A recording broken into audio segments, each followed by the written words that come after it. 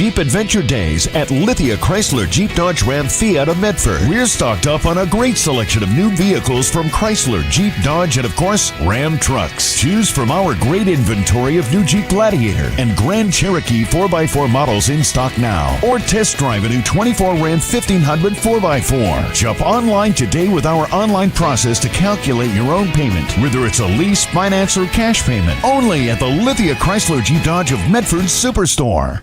I ride my bike and sometimes the bus, sometimes both at the same time. I do have a car, but right now it's just too expensive to pay for insurance and gas. I love my job. At Ashland Food Co-op, they're a partner with RVTD's Employer Pass program. It makes it super easy for me to get to work and save a ton of money. It's way cheaper to be able to pay $10 a month, and now I can go anywhere in the valley. Pretty much unlimited rides. It's more than just a bus ride. RVTD is moving our community forward. Diverse venues? We got them. Year-round sports access? You bet. Race cars, soccer, paragliding? Check, check, check. Medford has it covered as your sport ground, where the West Coast plays. Okay, you know how people complain about how Dutch Bros workers are like too nice, too hyper, compliment you too much, whatever? Maybe you're not nice enough. Maybe you need to get a little Dutch Bros in you.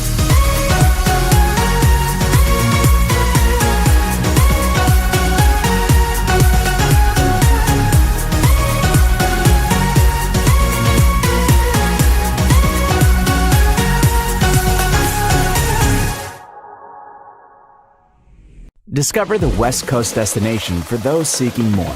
More sunny days, more athletic facilities, more outdoor adventures, more to do during downtime. Medford is your sport ground, where the West Coast plays.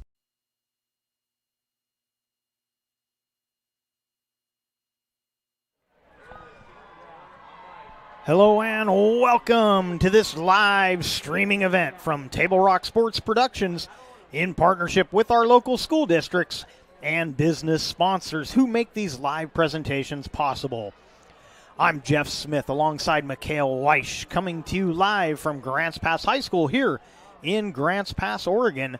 We thank you for joining us tonight.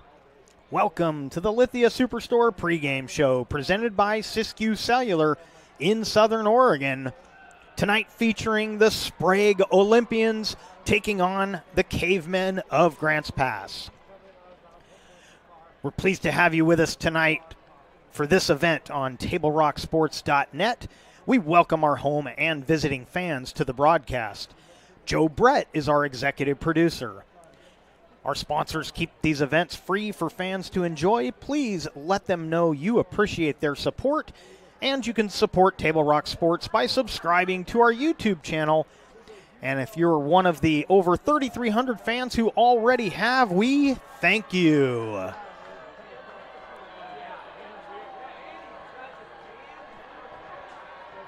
So big game tonight for both of these teams. Sprague coming in with an undefeated record. They sit atop of Special District 1 with a 6-0 league record, 7-0 overall. They've played one more game than the Sheldon Irish, who are also undefeated at 5-0 in the conference, 6-0 overall. And the Irish ranked 9th. But looking at these two teams, who they have played, the way that they play, my suspicion would be when the cream rises to the top at the end of the season, it's going to be the Sheldon Irish atop the standings, as in my estimation, they have the superior defense, and I think that's going to make the difference. These two teams, Sprague and Sheldon, will square off in the final game of Sprague's season on November 1st. But the Olympians have to get past the Grants Pass Cavemen, who have been a team on the rise. They lost the opener. They fumbled the ball away on a drive that was looking like they may retake the lead against North Medford all the way back on September 6th. And they coughed it up with under a minute to go and lost 33-28, but they have been on a winning streak, and they're putting up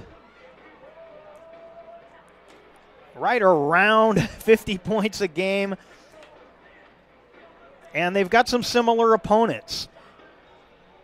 Sprague beat McNary 42-0, and Grants Pass, who anyone will tell you probably doesn't have as good a defense as some of the other teams in the conference, took care of McNary 49-9.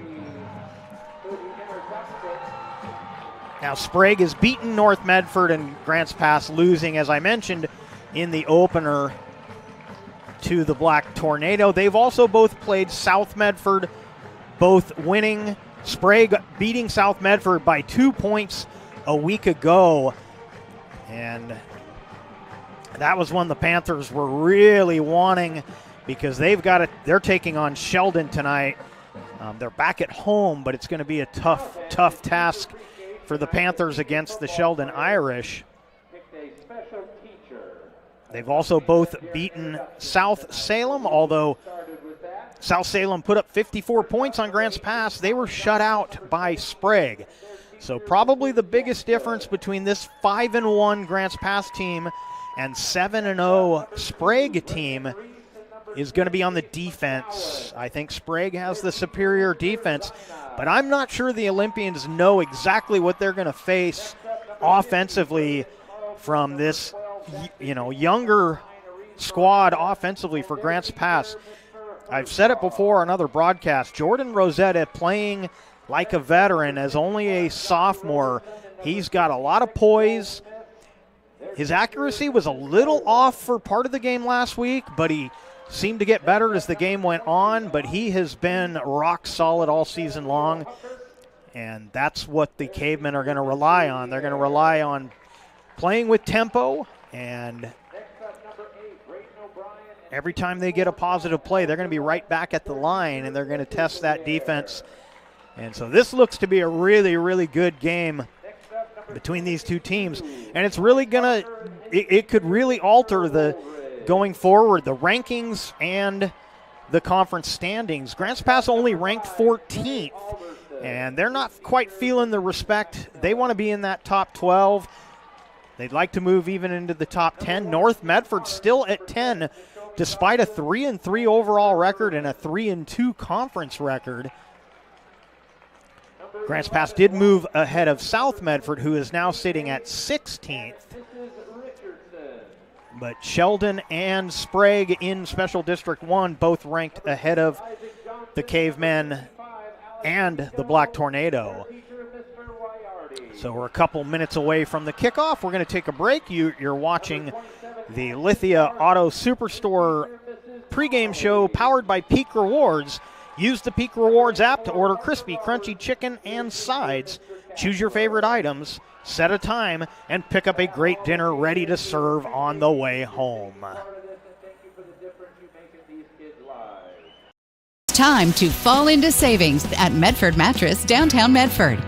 If you want the lowest prices of the year on all in-stock Beauty Rest Serta and more, now's your chance. Memory foam queen starting at just $3.99. With adjustable base, only $9.99. Come in and compare our prices. You'll be glad you did. Time to fall into savings. Only at Medford Mattress, downtown Medford. Where quality is still not costly. Discover luxurious Karastan flooring at Lippert's Carpet One. The flooring you need to live beautifully. With the National Karastan Month Savings with Style event, experience the luxury of Karastan and capture the lowest prices of the year. With savings up to $1,000 back on beautiful flooring and pay no interest for 18 full months during National Karastan Month, exclusively at both Lippert's Carpet One locations, Medford and Grants Pass. At Rogue Credit Union, we don't answer to shareholders. Instead, we return earnings back to our members. We know that we're stronger when we work together, and that's why we're invested here, living, giving, and supporting local. We're your friends and your neighbors. We know the needs of our communities. Being a part of Rogue means that our focus is on our members, and when you prosper, we prosper. See the credit union difference and how being a part of something smaller can have a bigger impact. Hi guys, my name is Mason Mahaffey.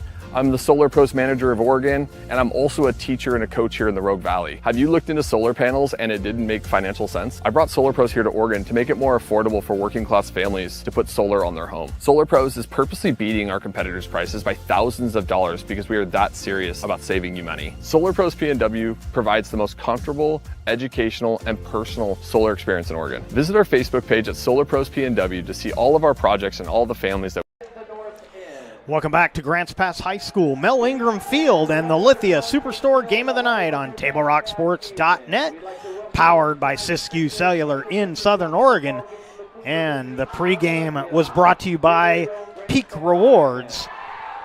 And we're ready to get this one started. The Olympians win the toss, they defer, and so Grants Pass will receive the first half kickoff. And it looks like the Cavemen will be going from your left to right. So they'll be defending the south end zone to start this game, and they will receive the opening kickoff.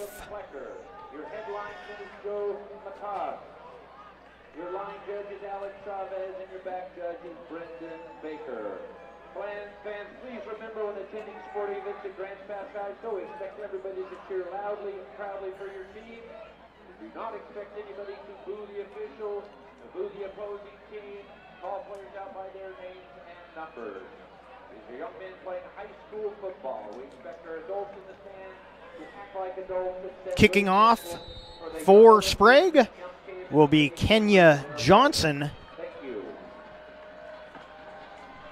And deep for the Cavemen. We'll get you that here. And they're going to kick it short. Tried the little bit of the Oregon kick from last week. Didn't kick it quite as hard, but squibbed one off of one of the front line there, and the Cavers cover it at the 30-yard line. They'll put it at 32-yard line. So 1st and 10 for the Cavers at the 32.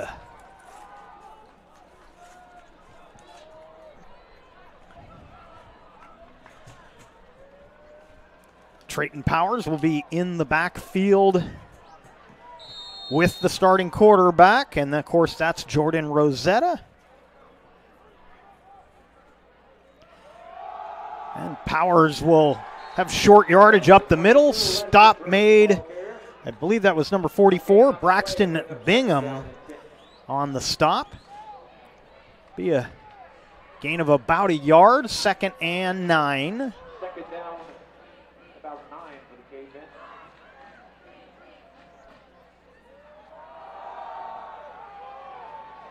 And diving forward for maybe another yard, and that was not Powers, that was Weston Berg. My apologies.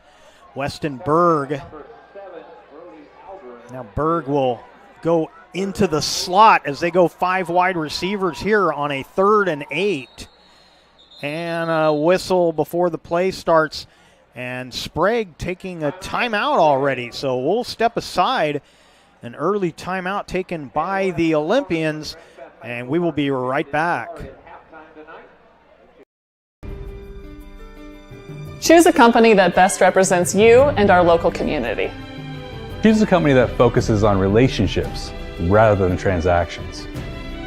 Choose a company that empowers their employees and provides growth opportunities from within. Choose a company that shows compassion and rises to the occasion in times of need. Call a John L. Scott broker today. Pick it up. Let's go. Come on. Defense. Defense. What am I teaching you at home? Has this kid played before? Shoot it. Oh. Ah. Come on, ref. Open your eyes. Can't you see out there? So, which one's your kid? The referee. You can be a parent, athlete. 3rd down and 8. Now they go tight formation coming out of the huddle. Triple back. Now they'll spread it out. So trying to check, see what the defense was bringing. They're going to pass it, and the catch is made. It's going to be short of the first down. Only just shy of the 40-yard line is where they'll spot this at about the 39. That'll make it 4th and 4. Cavemen looking like they're going to go for it here.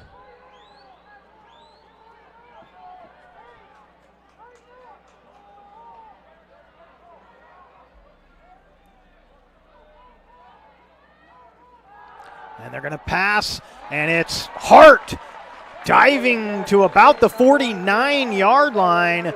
1st and 10 for the Cavemen. So going for it there on 4th pays off for the Cavemen on this first drive. And as we mentioned during the pregame, Grants Pass likes to go with tempo, especially on after positive yardage on the previous play. Berg gets about 3 on that first down carry. It'll be 2nd and 7. Rosetta looking to throw over the middle, broken up, almost intercepted on the deflection. Tried to get that in the hands of Brevik Hill. It'll be 3rd and 7. So the Cavemen into Sprague territory on that 3-yard first down run. Ball at the 48-yard line.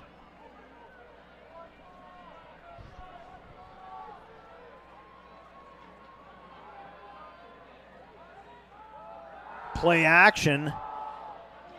And the catch is made out across the 40-yard line. That'll be enough for a first down. And once again, it was Brevik Hill. 1st and 10 for the Cavemen.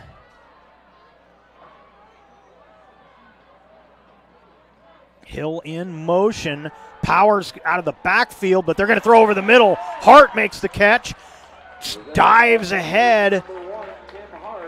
They're going to spot him at about the 33-yard line. It'll be 2nd and about 4. Rosetta over the middle. He had 3 receivers crossing over the middle, and he got it to Connolly. Kingston Connolly gets the first down for the Cavers.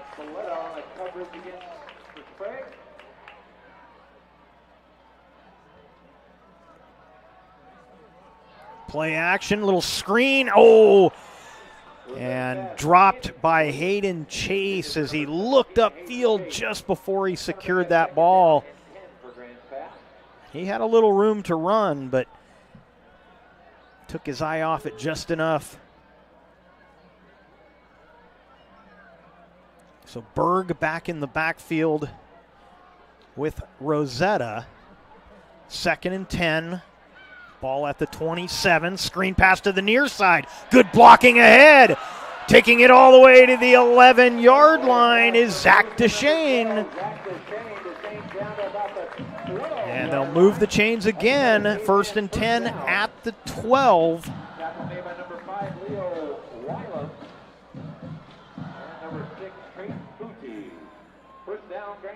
Hart, the lone receiver on the near side. Going to give it to Powers. Powers looking for the edge, and he's not going to get there. Good pursuit by the Olympians. Trying to see who that was. I think that was Johnson, number 10, on the pursuit. So good edge coverage by Johnson.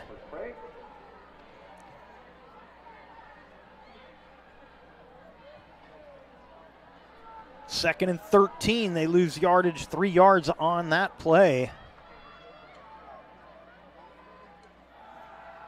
Pressure coming. Rosetta scrambles away from the pressure. Rosetta takes it in. Touchdown, Cavemen. Jordan Rosetta puts the Cavers on the board with a 15-yard scamper. 8:12 the time.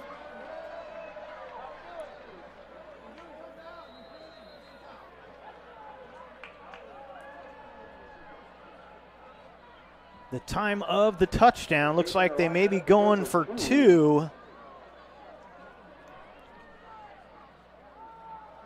And they're going to throw wide open. Catch is made by number 14, Parker Howe. The 2-point conversion is good, and on our John L. Scott scoreboard with 8:12 remaining in the first, Cavers have the 8-0 lead, and we'll be right back. What do you do when a loved one has been wrongfully injured or killed? It's simple. Just go to letusfightforyou.com. That's it. Letusfightforyou.com, helping Oregonians get justice for over 40 years. Want to test drive U.S. Cellular's nationwide 5G coverage? Yeah. Download the Try Us app. Here we go. U.S. Cellular works great out here. Hey, I wonder if U.S. Cellular lets me stream in my... Yep, it's working. Download the U.S. Cellular Try Us app for a free 30-day trial.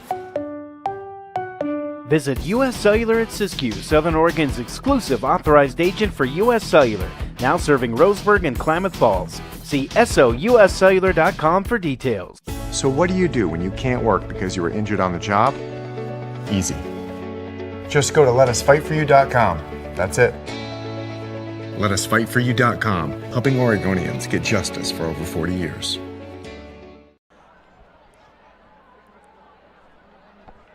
Alex Hicks and Logan Balderson are deep for the Olympians, and it'll be Alejandro Leon kicking off for the Cavemen, who lead 8-0 on our John L. Scott scoreboard. And they'll kick it. Oh, and that one will go out of bounds. Tried to put that in the neighborhood of Camden Kerr, number 2, but a little too much angle on that one, and it goes out of bounds, and the Olympians will have it at the 35-yard line. First down and 10. Check out the new sports voice in Southern Oregon, the Ace Sports Radio, AM 1300, FM 107.9, and streaming live at the acesportsradio.com, featuring 5 live NFL games a week. The Ace Sports Radio.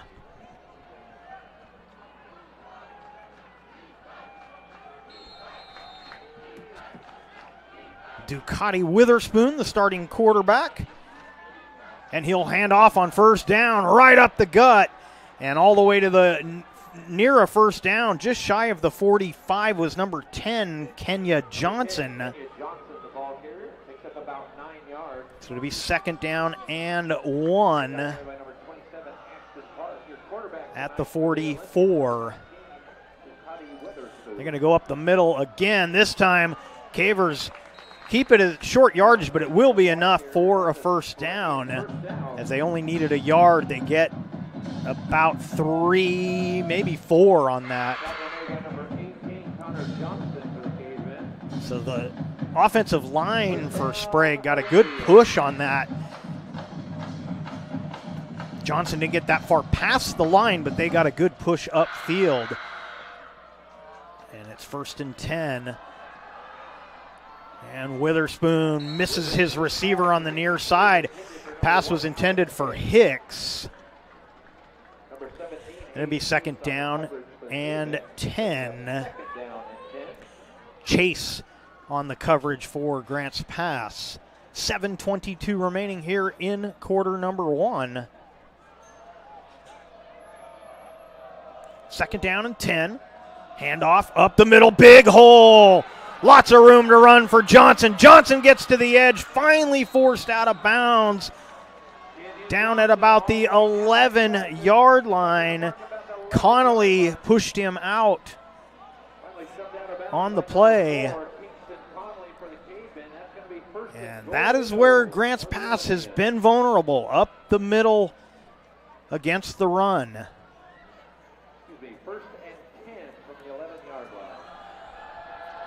First and 10 at the 11. They'll give it right up the middle there, and powering ahead was Johnson.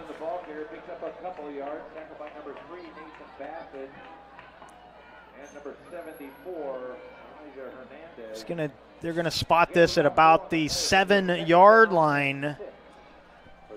It'll be second and 6.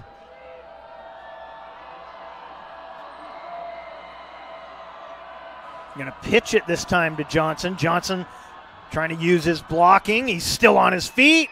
And yeah, it looks like he might have enough for a first down. Let's see if they indicate a first down. Yeah, it is. First down. First and goal for Sprague at the 1 yard line. So Sprague marching down the field just the way Grants passed it on their first drive.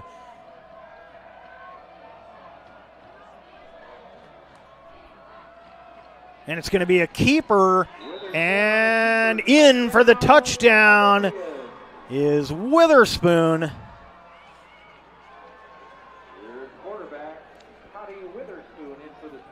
And so the Sprague gets on the board. They'll send out,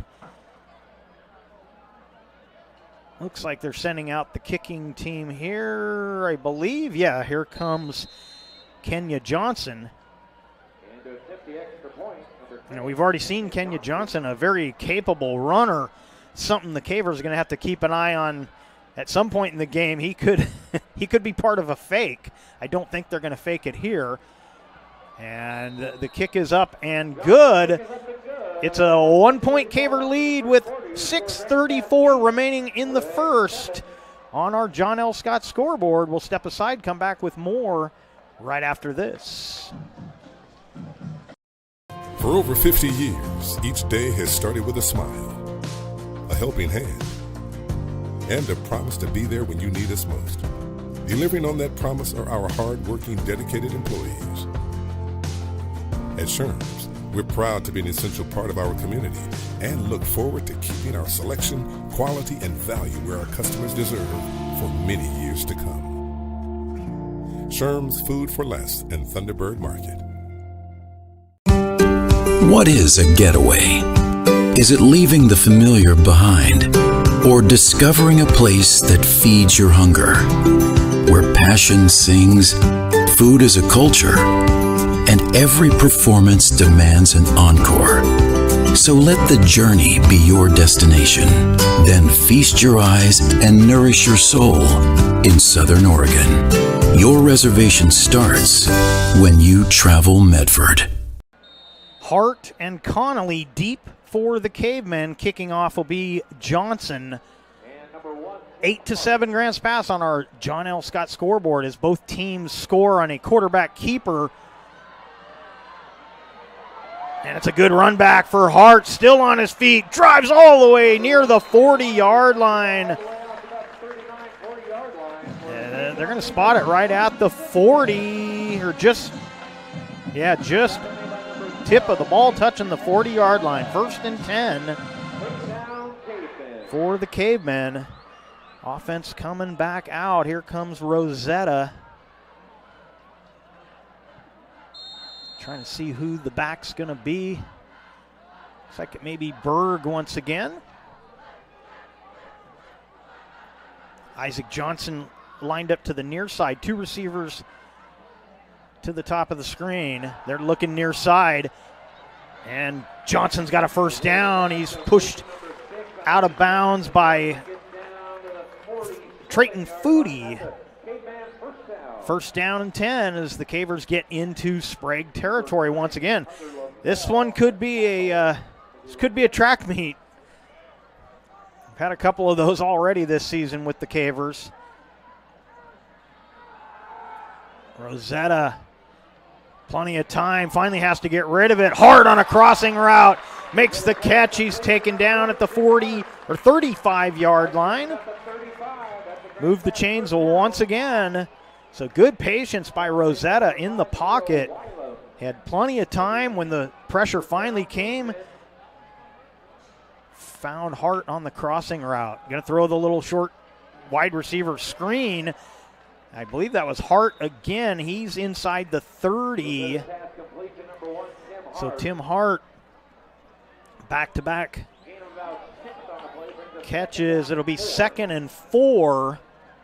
Ball at the 29-yard line. Going to give this to Berg. Berg with room to run. Berg is short of the 15-yard line. Going to put it at about the 17-yard line. Another first down.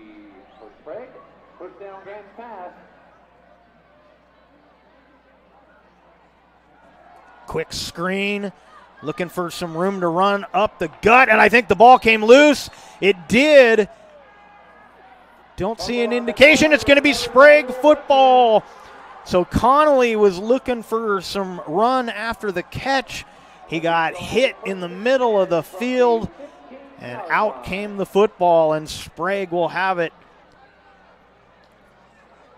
at their own, looks like going to be about the 16, waiting for him to put this down. Yeah, just outside the 15. First down and 10 for the Olympians. So turnover battle will be something to watch here. Cavemen can't afford too many turnovers tonight against this 5th-ranked Olympian team. Hand it off up the middle. Not a lot of room there. Cavers cover that one well. It was Johnson once again.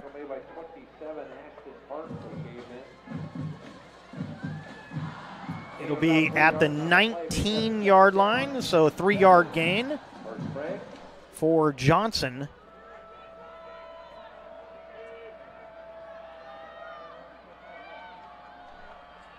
Almost pulled Jet Stewart off, but he kept himself behind the line of scrimmage. Going to throw the wide receiver screen. Good blocking, but good pursuit, and there may be a little too much good blocking as a flag came in. I think it's going to be a hold against the Olympians. It will be.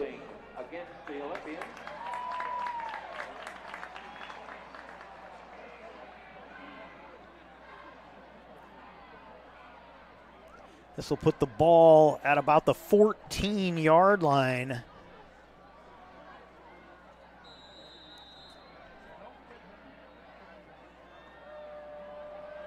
Second and about 12.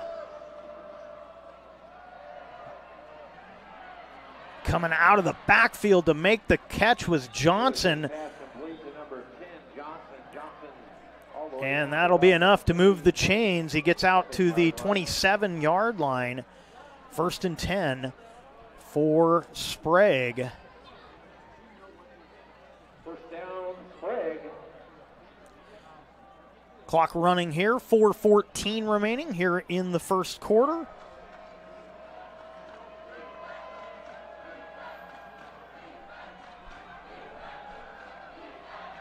Going to hand the ball up the middle, and taking the whole team to finally make the tackle. About the 29-yard line.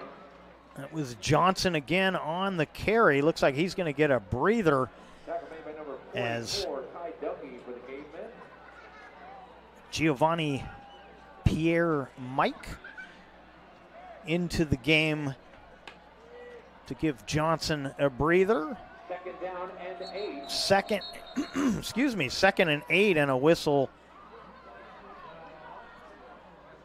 Got an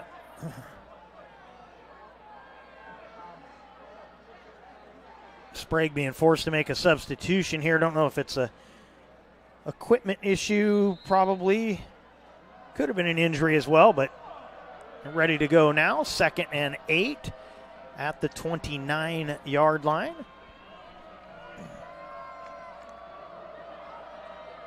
Witherspoon will throw a little underneath screen once again. Catch was made by Logan Balderson. It's going to bring up third and about 5. So give him 3 yards on that play.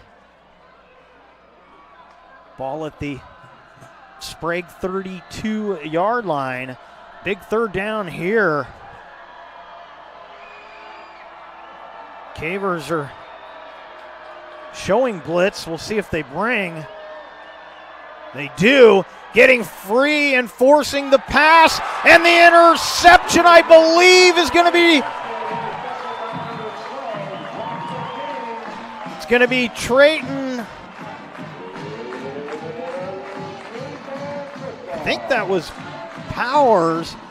Don't know if I can get another look at that. Yeah, number 12 was Zach DeShane. Excuse me, I got my got my number switched, but it was forcing that quick throw was Ty Dungy, who got into the backfield on that blitz and forced Witherspoon to get rid of it just a tick sooner, I think, than he wanted to.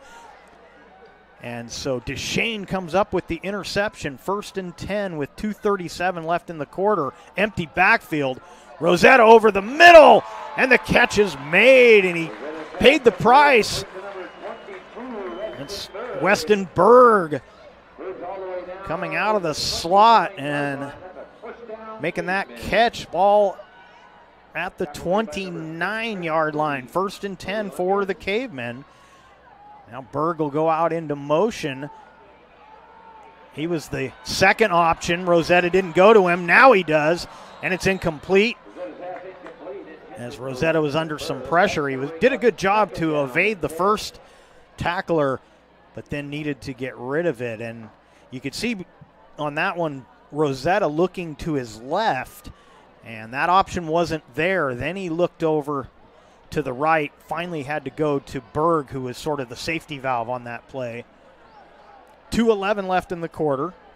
Berg up the middle, and Berg is upended by number 44, Braxton Bingham. It's going to make it third and 8 at the 27. Back to passes Rosetta, and he overthrows Brevik Hill. When he first pulled that back to throw, I thought he was going to go sideline, and it was probably best that he didn't. There was a blanket coverage along that sideline by Leo Wylam, number 5 for Sprague. So Hill was starting to break open, but he overthrew him. It's going to be 4th and 8. Empty backfield for the Cavemen. And tried to squeeze that in to Trayton Powers. Broken up, and the Cavemen will turn it over on downs.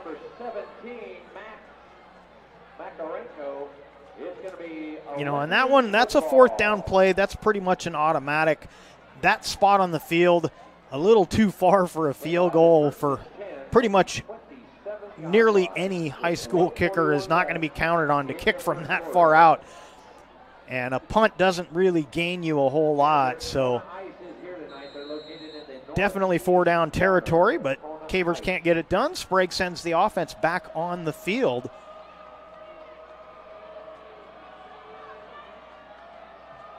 And they'll go right up the middle, and Johnson with positive yardage. It's going to be close. They're going to move the chains, so 10-yard gain on the play. 1st down at the 37-yard line. Just over a minute to go here in the first quarter. Hand it off, and not a lot of room this time for Johnson. He will tumble ahead to the 40-yard line. Going to be about 3 yards. 2nd and 7.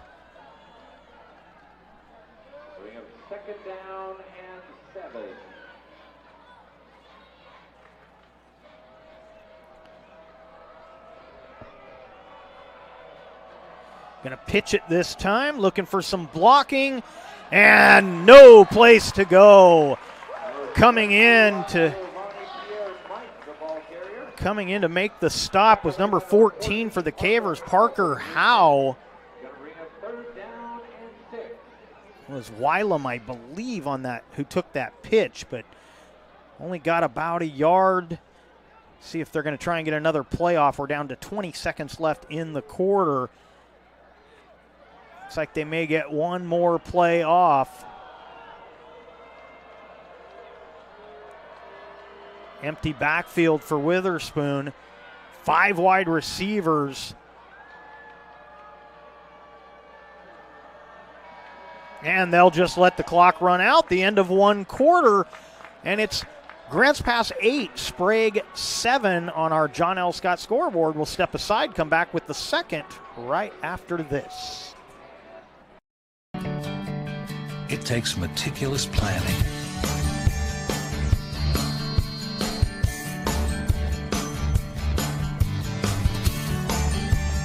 continuous monitoring, and forward thinking to deliver the perfect 3-egg omelet.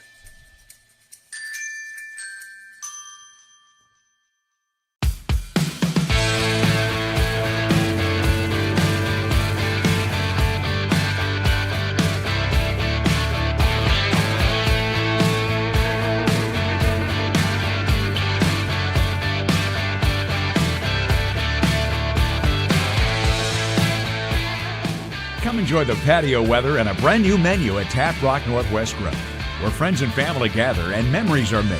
Come visit us today or visit our website. 3rd and 6 for Sprague as the second quarter getting underway. Empty backfield. Over the middle, Johnson makes the catch, but and a flag comes in. We may have a face mask. Could have been a holding, but we'll see. Let's see what the call is. Oh, illegal man downfield on the play. See if the Cavers, they'll send out the kick punting team here. Yeah, that's what I thought. Cavers declined the penalty, make it 4th down. It would have been 4th and about 6. Scoreboard says 3, but that's, well, okay, no, that is right. The down marker hadn't moved the stick yet. Late sub coming in for Sprague. They only had 10 men on the field.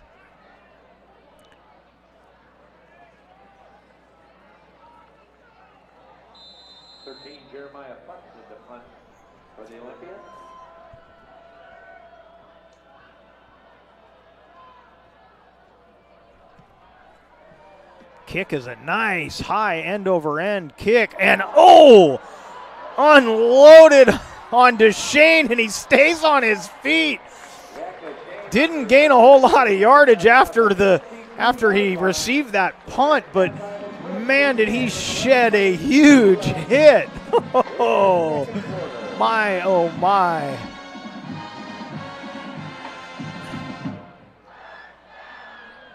Had to be at least one coach on the Grants Pass sideline going, fair catch, and he didn't call for it.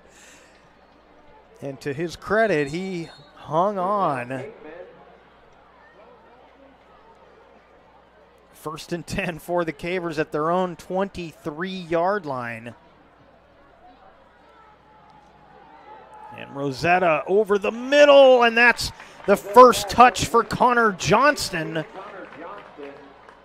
Will be good for about 4 yards. See, 4 yards, 2nd and 6. He'll hand this off. Running room up the middle. And that's Weston Berg once again. Berg will have enough for the first down. Ball at the 37-yard line. And it'll be Berg again. Dances through the line all the way to about the 48-yard line. That'll be enough for another first down. 10 yards on that last run, 11 on that one. And why not? Give it to Berg again. Berg gets past the 50 into Sprague territory to the 44-yard line. It's going to be 2nd and 2.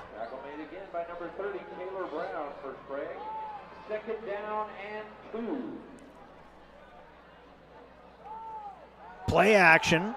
Rosetta looking to his right, sideline pattern, out of bounds. Pass intended for Hart, and Wylam on the coverage. 10:22 left here in quarter number 2. We'll get our scoreboard fixed there. This game moving so fast, we Didn't know what quarter it was. 3rd and 2. Hand it off. Berg leans ahead. I think he's going to be about a half a yard shy. It's going to be 4th and 1.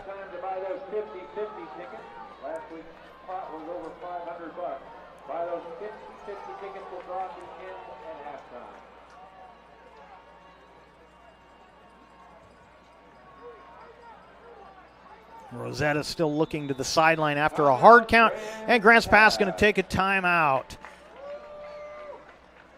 9:54 remaining in the half. We'll step aside, come back with more right after this. It's kind of simple. We're not rocket scientists. We just make great pizza. When you're ready for traditional values, time with your family, and a great meal, you're invited to Abby's. Order at abbys.com. Our family is here for your family. It's fall. Want a great value that doesn't involve pumpkin spice? Try Abby's Barbecue Chicken Pizza. Save and enjoy a pizza with loads of quality toppings to the edge. Your taste buds and your wallet will thank you. Enjoy Abby's October Special at a very special price. Bill's Glass covers the full spectrum of your glass needs and dreams. Having new windows installed by Bill's Glass dramatically update and improves the look of your home and helps reduce energy bills year-round. Let Bill's Glass show you what you've been missing. Bill's Glass, the large. 4th and 1 for the Cavemen. Line up like they're going to go sneak, but they'll hand off, and Powers has the first down. And that was exactly what they wanted. Brody Alderin, number 7, he thought the quarterback sneak was coming, dove across the line. And with that little delay in the play as Rosetta spun around and handed it to Powers, that was all they needed to get the first down. And they're going to go tight formation again on 1st and 10 and hand it off to Berg. And Weston Berg, about a 5-yard gain. It'll be 2nd and 5. Yeah, they're going to say 5 yards. Ball at the 34-yard line.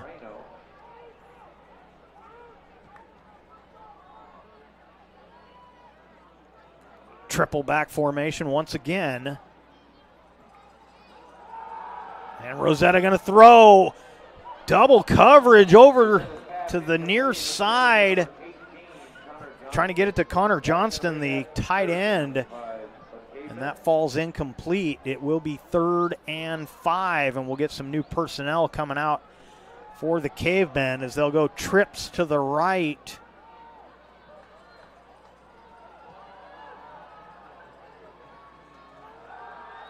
And throw it to Hart.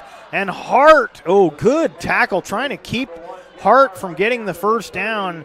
It's going to be 4th and 1. So that, sorry I didn't get who the tackler was on that, but that was a good tackle to keep Hart from being able to lean forward and reach that ball out for a first down.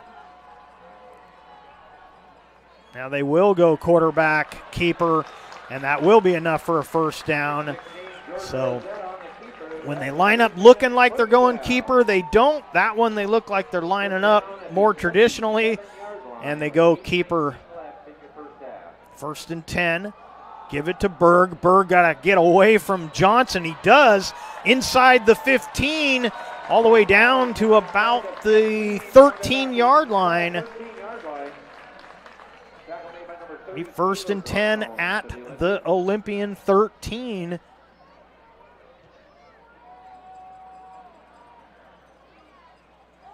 Going to give it to Powers and getting into the backfield. First one there was Bingham, and Johnson finished off the tackle. Bingham stopped the play by getting penetration there, and then Johnson made the tackle. So 2nd and 14 from the 17. And Rosetta going to throw. He had Brevik Hill. Hill couldn't get enough separation from the back on that, and the ball a little overthrown. Is a lot of timing on that little end zone route, and the timing was off because Breivik had a little trouble separating from the defensive back. It's going to be trips to the left this time. 3rd and 14. Corner blitz, and there, that leaves wide open the pass to Berg. So Weston Berg, 17-yard pass play.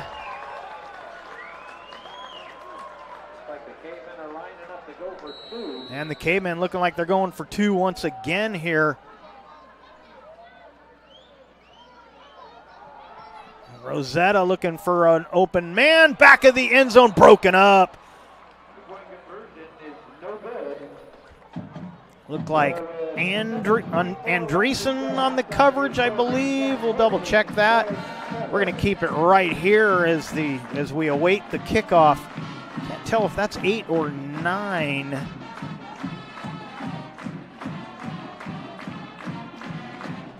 Well, for the moment, we'll go with Andreessen on the coverage. So the extra point, no good.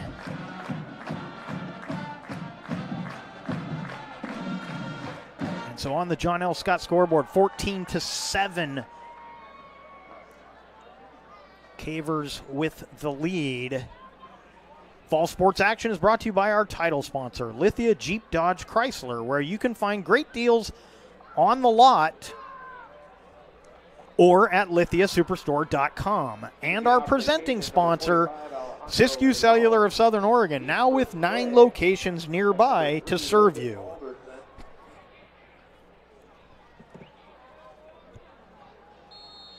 And number 1, Alex Hicks. Hicks and Balderson deep for Sprague. Leone will kick it away for the Cavers. He'll kick one right up the middle. Going to be taken on the near side. And Looks like Sprague recovered. Kicked out to close to the 40, 35. Ball will be They're going to place it about the 31-yard line. a little confusion of where are they going to set that down. So the ball at the 33-yard line. 1st down and 10 for Sprague. And they're going to go 4 wide receivers. Play action. Witherspoon over the middle, wide open. Catch was made by Wylam. Wylam just got in the seam, came right across the 45 to make that catch.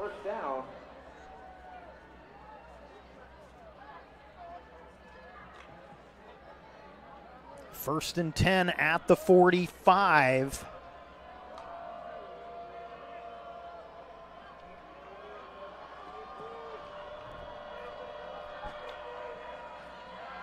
Witherspoon, and that right through the hands of Wylam.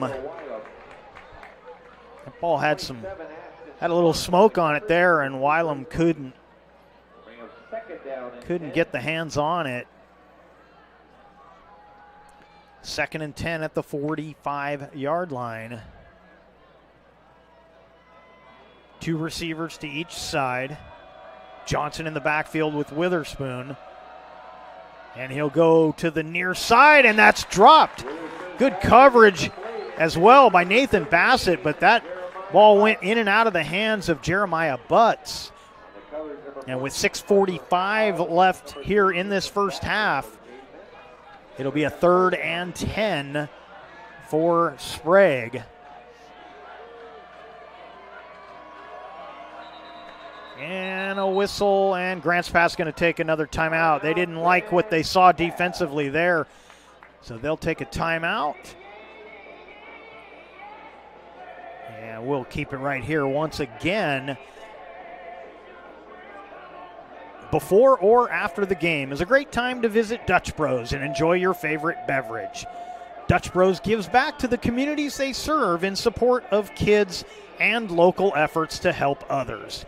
Dutch Bros. Today's game is brought to you by Tap Rock Northwest Bar and Grill in Grants Pass on the banks of the Rogue River.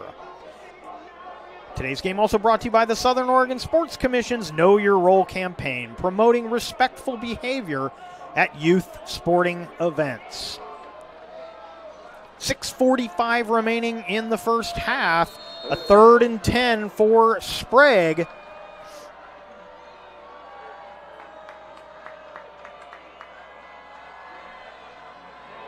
And in some trouble is Witherspoon. He gets rid of it as he got away from the first tackler and just had to throw it away. Jet Stewart putting on the pressure. They almost had him sacked, but they will force the punt here.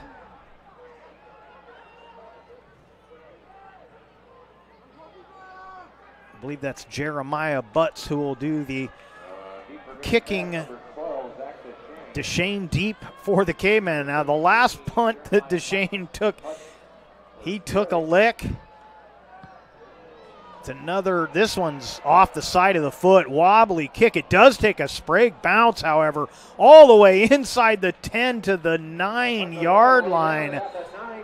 So an ugly looking kick off the side of the foot, but it took a beautiful bounce. And so the Cavemen will start deep in their own territory with 6:23. They're going to put this right at the 10-yard line. 1st and 10 at the 10.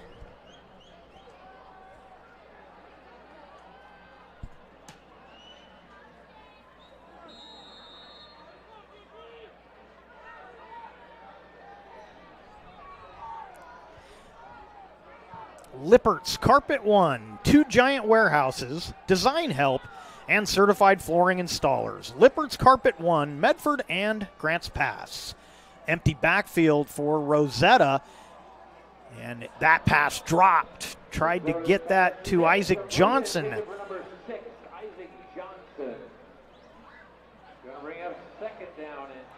Second and 10 for the Cavemen. So both teams having a couple of drop balls here all of a sudden.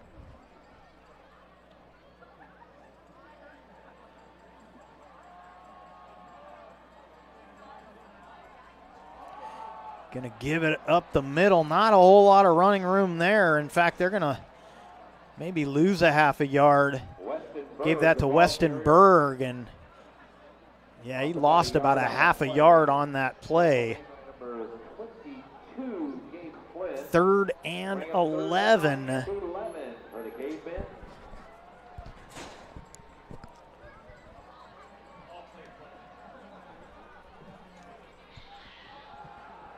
Rosetta back to pass to the sideline. This one is held on to by Isaac Johnson. And that'll be enough to move the chains at the 22-yard line.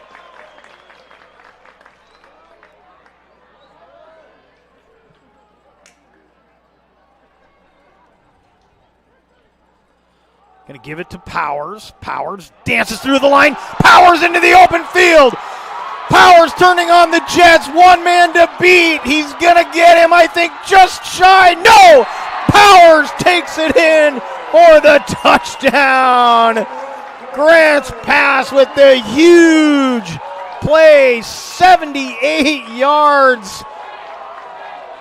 6 more on the board for the Cavemen.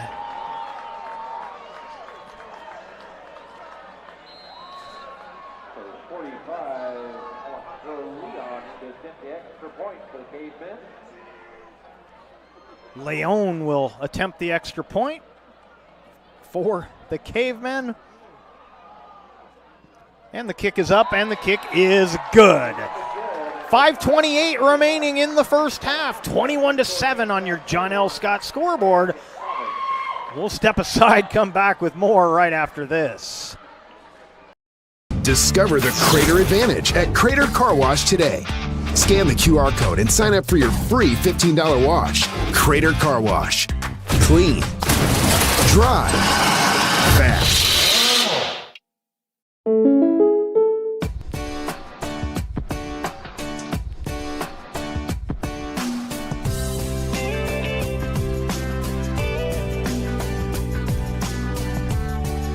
Combining your home and auto insurance could save you time and money.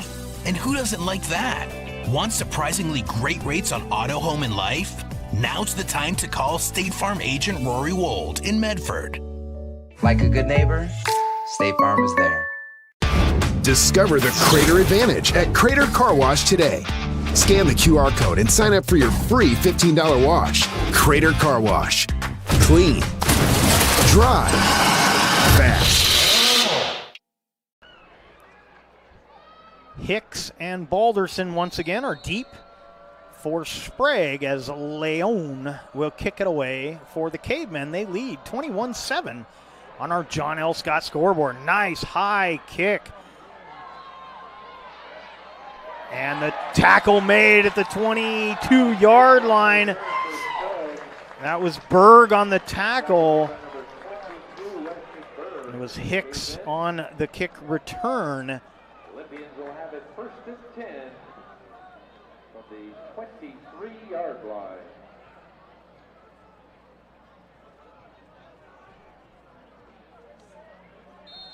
And they spotted at the 23, so 1st and 10 at the 23-yard line. Gonna hand it off up the middle. Johnson looking for some space. He'll get to the 29-yard line. So 6 yards on the play. Makes it 2nd and 4. Second down and 4.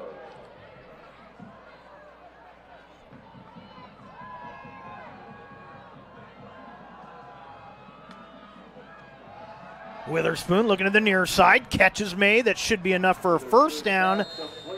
As it was Trayton Footy on the catch. And they'll move the chains. Spot this ball at the 34-yard line. 1st and 10 for Sprague. 4:46 left here in the first half. Give it up the middle. Johnson tripped up, but he'll dive ahead to the 39.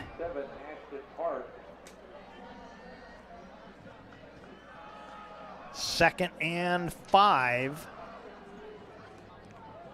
for Sprague.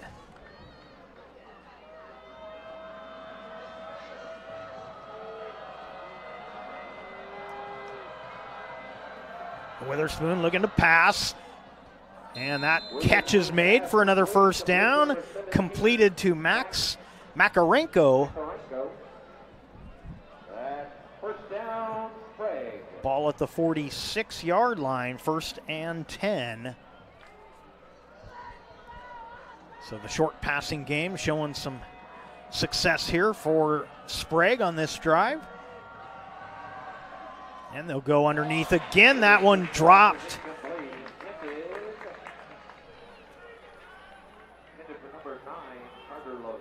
Carter Lavelle, the intended receiver.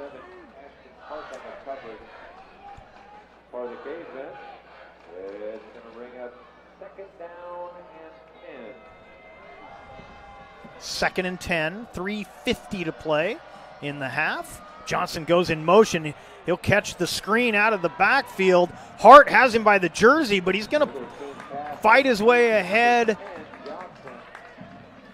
to about the 48-yard line. Going to be 3rd and 8, so about 2 yards on the play.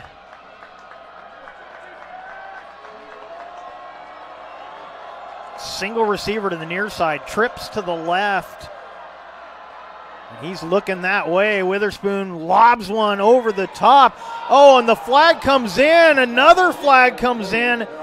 And, man, that ball was well overthrown, and the back was actually the only person that made a play on the ball. The wide receiver never made a play on that ball.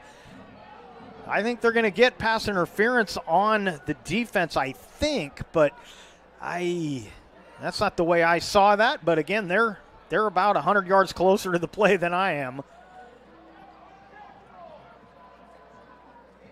Yeah, there was 2 fouls on the Cavers. Holding is declined. Pass interference will be accepted. And if it wasn't for the holding penalty, I'd be a little more upset about that. But it looked like the defender was the only one that actually made a play on that ball. But it doesn't really matter what I think. It's 1st and 10 for Sprague at the 37-yard line. And again, with the holding call, it wouldn't have mattered because they were getting penalized either way. Going to give it to Johnson. No, it's a reverse and nowhere to go. Cavers stop it, the reverse. So they did give it to Johnson, but he gave it to Lavelle.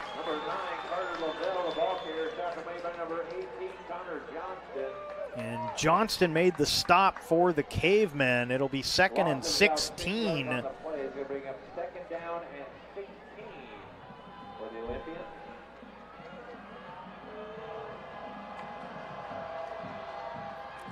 Going to go 4 receivers, 3 to the near side, 1 to the far side.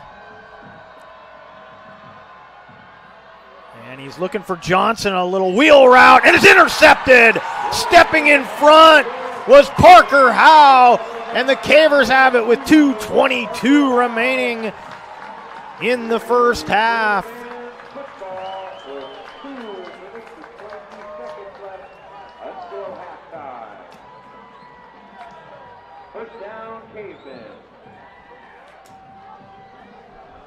So back when that first turnover came for Grants Pass, I mentioned the turnover battle was a battle the Cavers could not lose tonight if they want to win this game.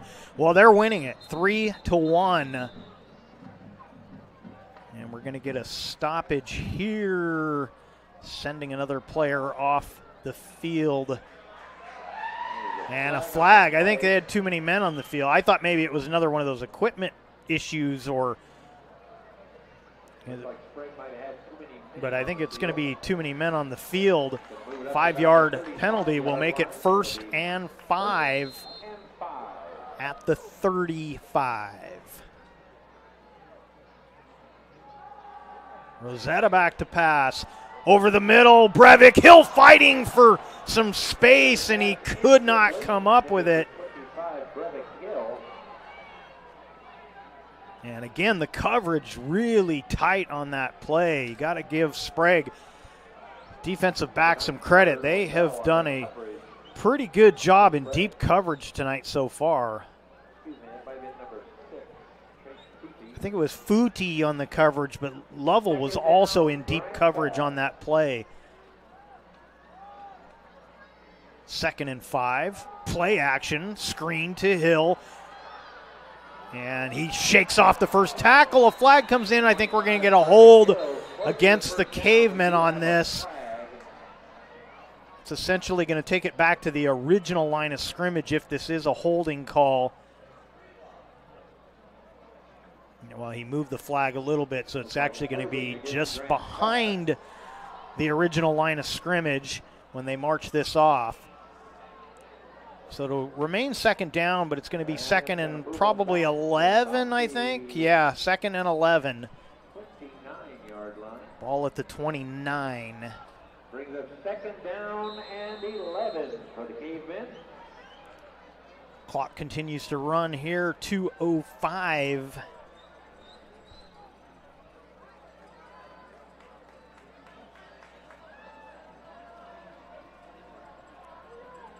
Trips to the right, single receiver is Hart to the left. Throw over the middle, wide open! Catch is made, Isaac Johnson! Isaac Johnson heads to the corner and takes it in for the Caveman touchdown!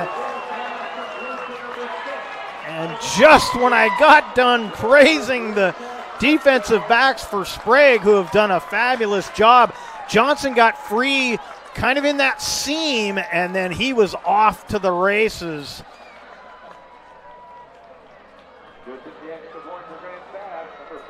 71-yard pass play. Leon will attempt the extra point.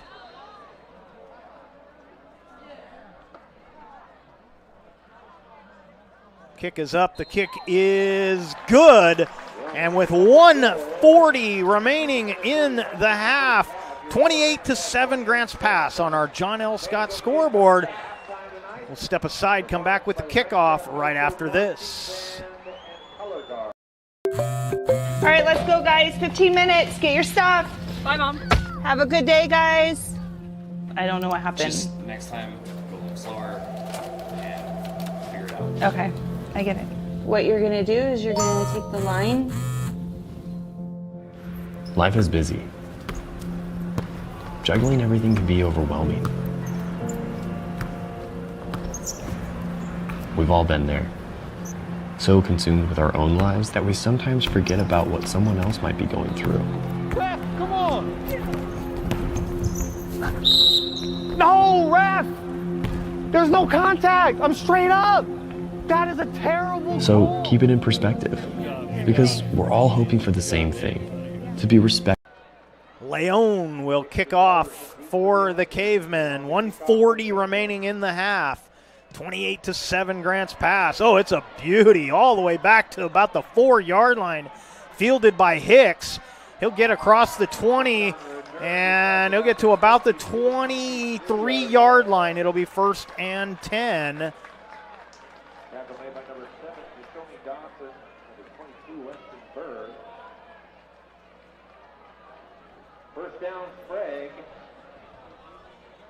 The 23-yard line. So ball at the 23.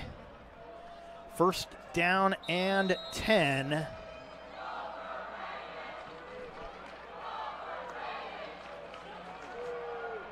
Pass to the sideline. Catch was made. Running out of bounds with it was Trayton Footy. Be good for about 6 yards. 2nd and 4. About 6 on the play. Second down. Ball at the 29-yard line. Empty backfield this time.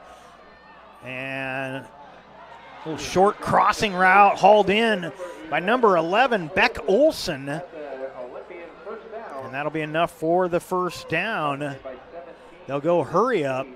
1:19 and ticking. 4 receivers set. Witherspoon back to pass, goes short.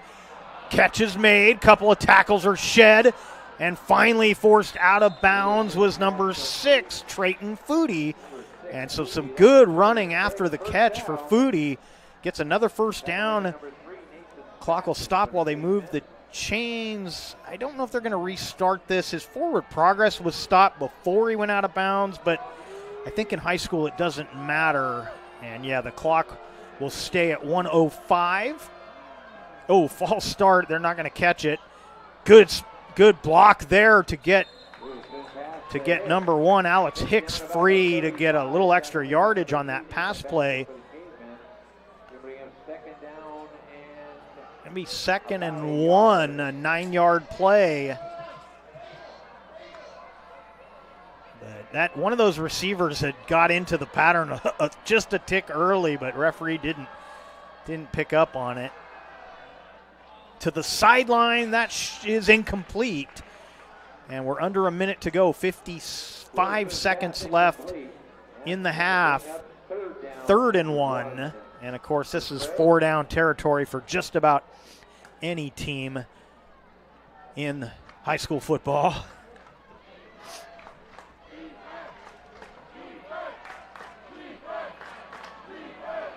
Third and 1, give it to Johnson. Johnson will have the 1st down. He's stopped at the 30-yard line. It'll be 1st and 10. Nathan Bassett on the tackle for the Cavemen.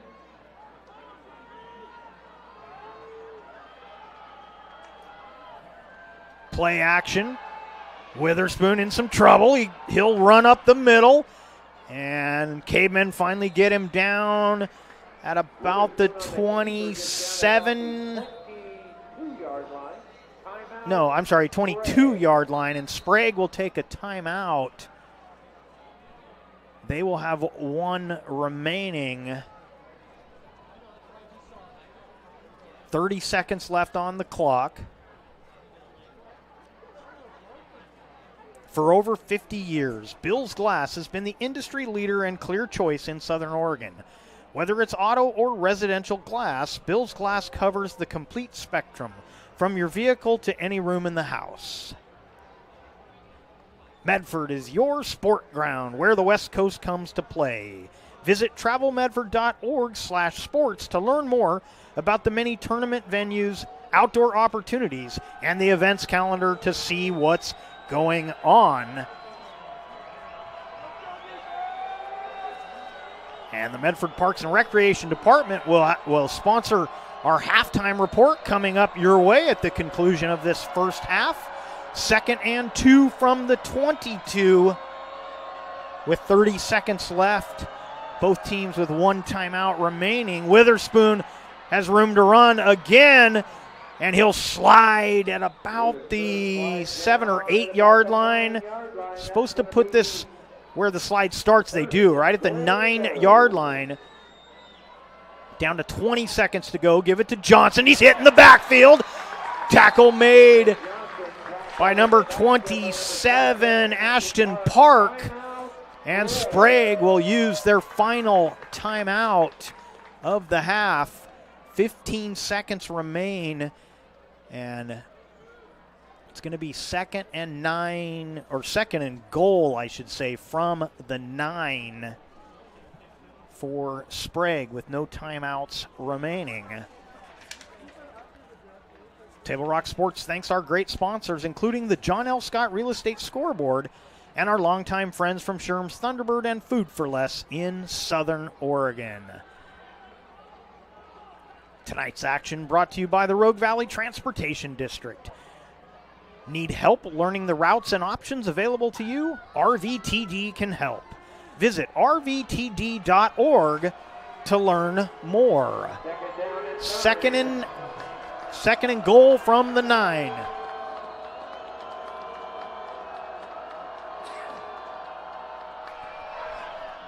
Screen to Johnson. Johnson beats the first tackler, and he's forced out of bounds.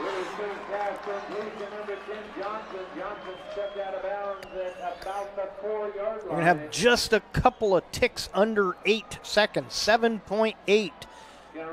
It's a 3rd down play. No timeouts left for the Olympians. Ball at the 4 yard line. 3rd and goal from the 4.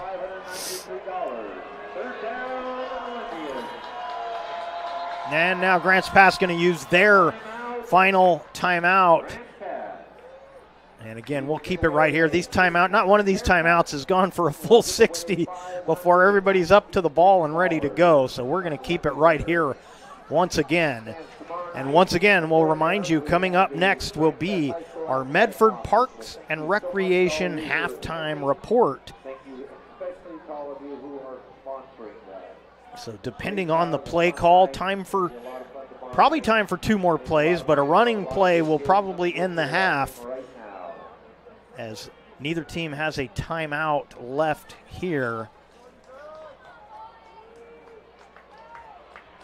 Medford Mattress, helping you rediscover sleep for over 30 years. Medford Mattress, downtown Medford, where quality is not costly. 3rd and goal from the 4. Johnson goes in motion, and an open receiver, catch is made. Number 17 is Max Makarenko. And 6 on the board with 4 seconds left in the half. And Sprague really needed that one going into the locker room. They did not want to be down 3 scores. They get the second half kickoff, so this is a perfect situation for the Olympians, getting the late touchdown, and they will get the ball to start the second half. Johnson lining up for the extra point. It's up and it's good. And on our John L. Scott scoreboard, it's 28-14. Cavers in the lead, but Sprague starting to close the gap with that score. We'll step aside, come back with the kickoff with 4 seconds remaining right after this.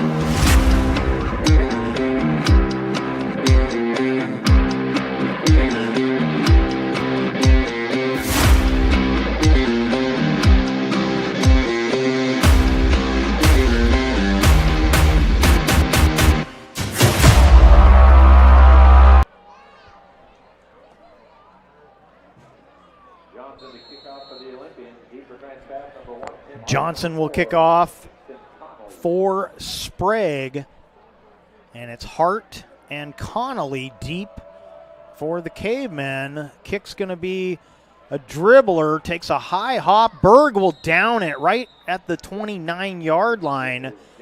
No time coming off the clock on that. And actually that ball, they're going to spot that touching the 30, so 30-yard line. Time for one play here. See if the Cavemen will try and send something down the field or if they'll just go conservative and hand it off here. 4 seconds left in the half.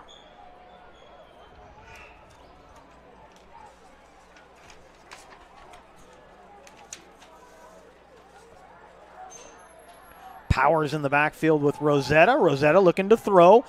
He's got Hart.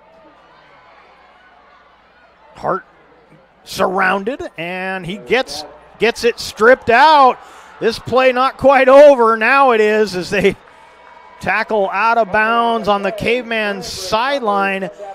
And so the Cavemen decided to see if they could get something down the field. It almost cost them there on the late fumble. But at the half on our John L. Scott scoreboard, it's the Grants Pass Cavemen 28, the Sprague Olympians 14. The Medford Park and Recreation halftime report is next. Visit playmedford.com for the latest recreation guide. All the sports leagues, classes, and special events await you. Visit playmedford.com to learn more. We'll step aside, come back with your halftime report right after this.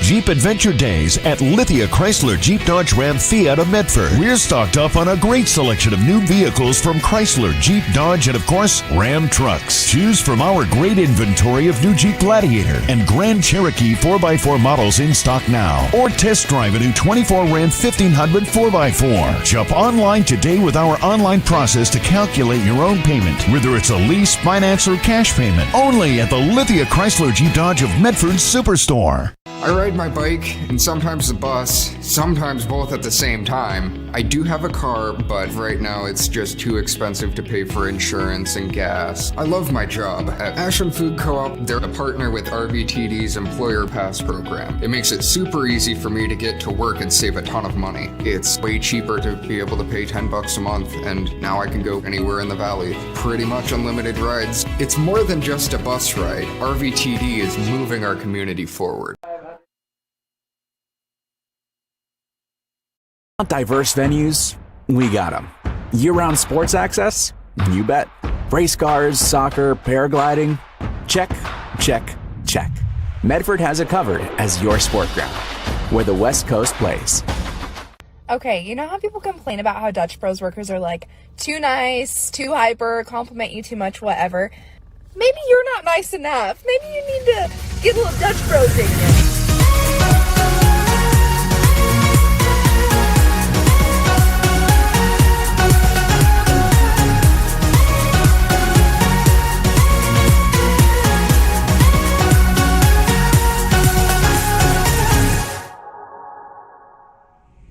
Discover the West Coast destination for those seeking more.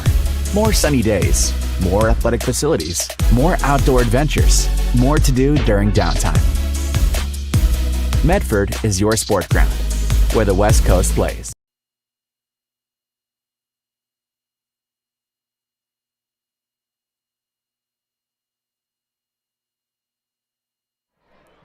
Welcome back to the Medford Parks and Recreation halftime report. 28-14 is the score on our John L. Scott scoreboard. And it's become pretty typical Grants Pass Caveman football. 28 points again in the first half. And only a late touchdown made this a 2-touchdown game. Otherwise, the Cavemen were looking pretty good. They still looking pretty good here, but Sprague with that late touchdown cutting the lead to 14. And so let's take a look at our scoring plays from that first half. First 2 touchdowns of the game, one for each team, both on QB runs. First one was for Grants Pass with 8:12 left in the first quarter. And Jordan Rosetta would take it in on the QB keeper. Broke some tackles, got away from the rush and took it straight up the gut for the touchdown. And then he would throw a pass to Parker Howe, and the Cavemen would lead 8-0, but it would quickly become 8-7. This QB keeper a little shorter, a 1-yard run, but it still counts for 6. As the Olympians would draw within 1 after the point after. Witherspoon takes it in just enough. Caveman hit him at the line, but he was in for the score. And it would be 8-7, and that would be the score at the end of 1. But then Grants Pass would go on a tear. 17-yard pass play from Rosetta to Weston Berg would make it 14-7. They would miss the 2-point conversion. And we'll take a look at that one. A 17-yard pass play here. Just a little wheel route as Berg came out of the backfield and was uncovered. Takes it in for the score. Cavemen would add their next touchdown on a 78-yard run. It was Trayton Powers who got free. The extra point from Leon would be good, and here's the Powers run. Dancing through the middle and then open field ahead. Some pretty good speed in pursuit, but he had just enough gas to get it across the goal line for the touchdown. And again, the point after would be good. That made it 21-7. Then they would make it 28-7. Another 70-yard plus play, 71-yard pass play that went to Isaac Johnson. Take a quick look at that one. Rosetta off the back foot, wide open over the middle of the field was Isaac Johnson. He was off to the races, and then they would get the point after, but with 4 seconds left in the half, it was going to be Sprague getting a 4-yard pass play from Witherspoon to Makarenko. The point after would be good, and we are at 28-14 at the half. And I am going to take down the break board and let you enjoy some of the halftime show. You're watching the Medford Parks and Recreation halftime report. And enjoy the Grants Pass Marching Band here at halftime.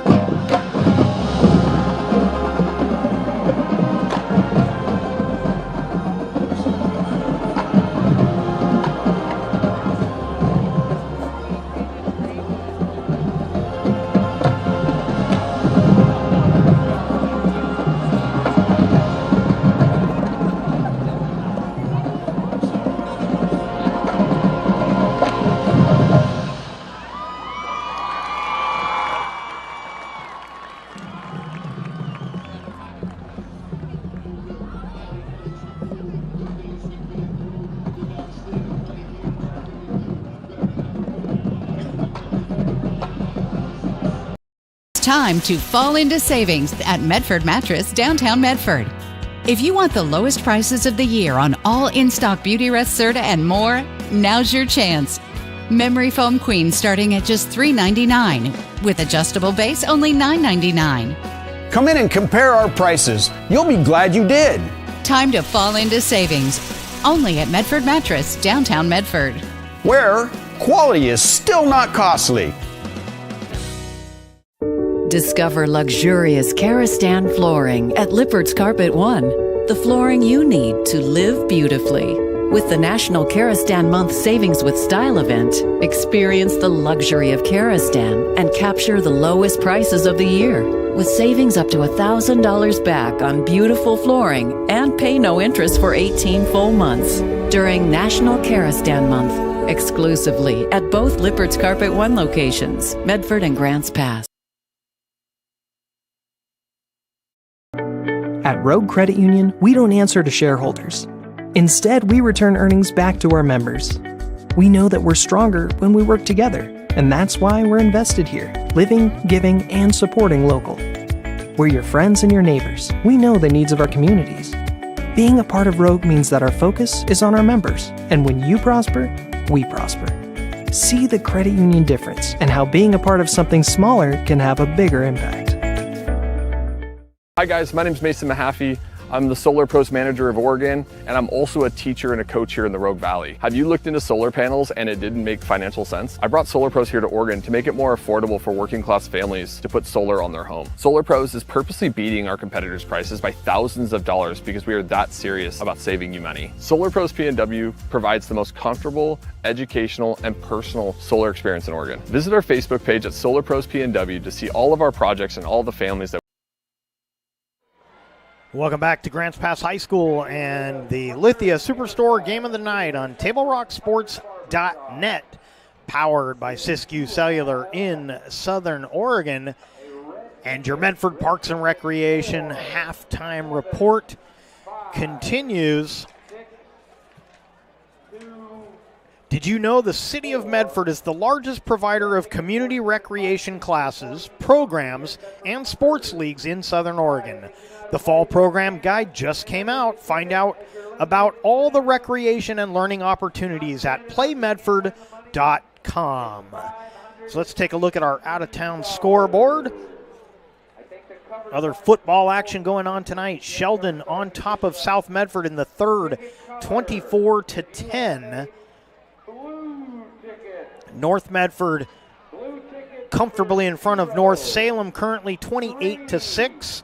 Crater 10 points ahead of North Eugene, 24-14. And Henley all over Ashland, 35-12. As play continues in all of those games. And we're a few minutes away from the second half kickoff here in this one, where Grants Pass has the 28-14 lead. But the Olympians of Sprague will get the second half kickoff. And we're going to take another break. Come back with the second half kickoff. After this, you're watching the Medford Parks and Recreation halftime report. Choose a company that best represents you and our local community. Choose a company that focuses on relationships rather than transactions. Choose a company that empowers their employees and provides growth opportunities from within. Choose a company that shows compassion and rises to the occasion in times of need. Call a John L. Scott broker today. Pick it up. Let's go. Come on. Defense. Defense. What am I teaching you at home? Has this kid played before? Shoot it. Oh. Ah. Come on, ref. Open your eyes. Can't you see out there? So, which one's your kid? The referee. You can be a parent, athlete, coach, or an official, but you can only be one. Know your role.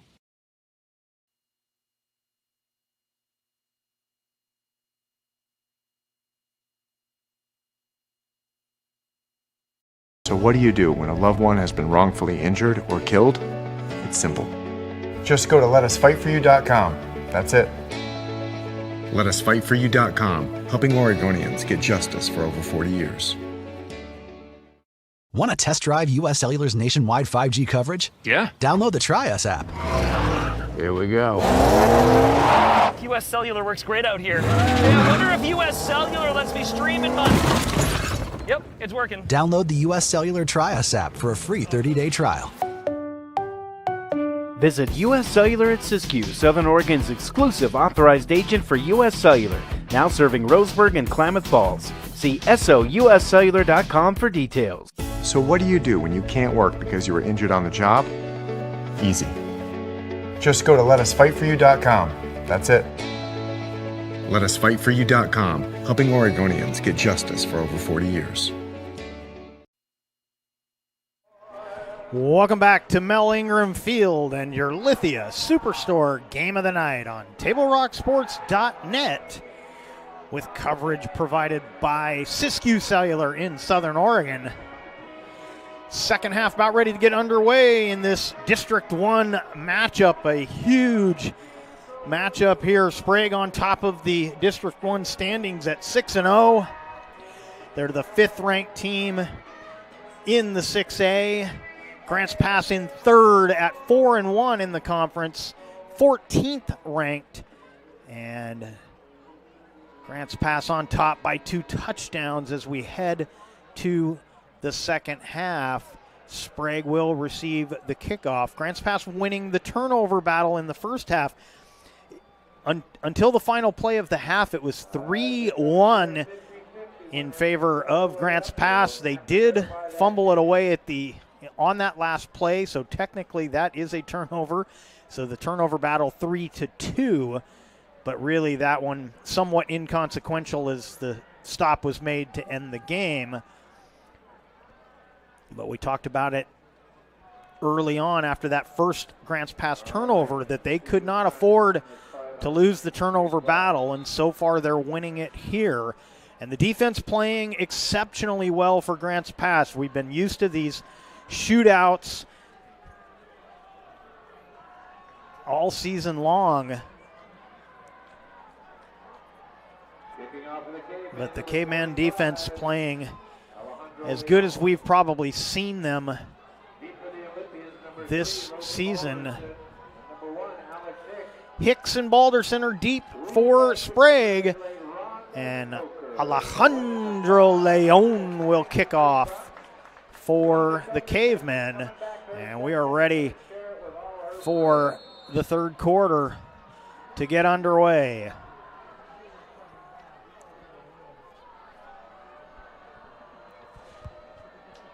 And Leon will kick a high end-over-end kick taken at about the 13 by Hicks. And another good coverage play. First one there was number 10, Jace McGowan. And they only will get it to about the 22-yard line. So that's where the Olympians will start their first drive here of the second half.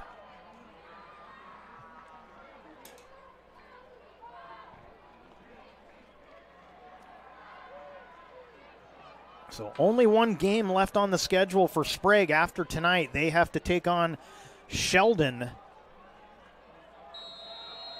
Cavers will have 2 games left.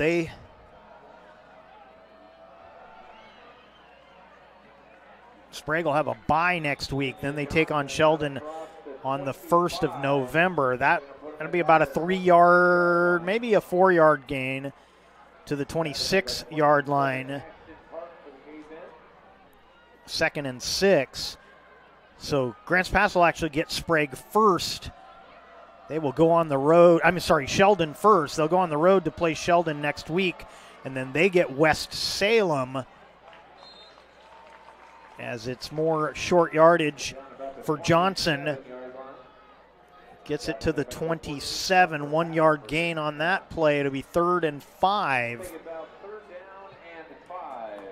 So both these teams still have to play Sheldon, who may have the best defense in the conference and one of the best defenses in the state. They've only given up 46 points on the season. Now they've played one less game, but still and good defense there. The coverage for Zach Deshane defending against Footy. And Deshane knocks it down. It'll be 4th and 5, and the punt team coming out for Sprague. So Caver defense comes up on this first drive.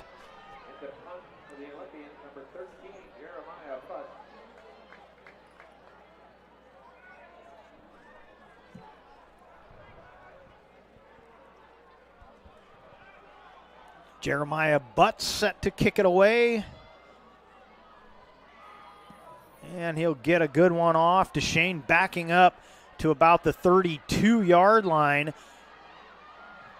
Takes it toward the Caver sideline. He's spun around. And it'll be pretty good field position for the Cavers at about the 42-yard line. 1st and 10 for Grants Pass.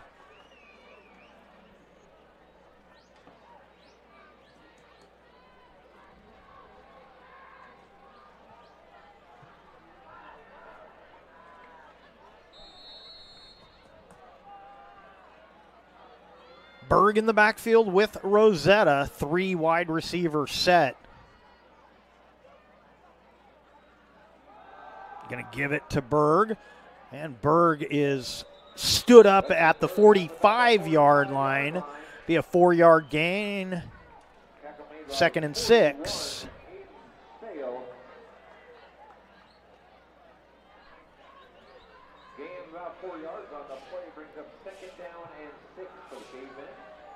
So Berg in the backfield with Rosetta once again.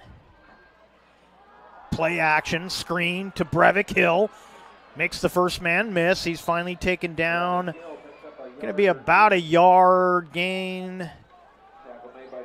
Be 3rd and 5 at the 40. Well, they're going to call it the 47-yard line, so maybe a 2-yard gain. 3rd and 4.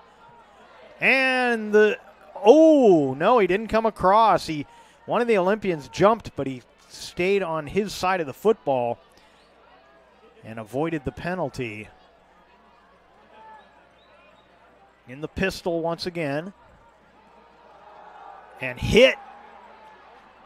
Driving forward was Powers that time. Or I'm sorry, Berg. That was Berg again. It's going to be 4th down as there was no gain on the play.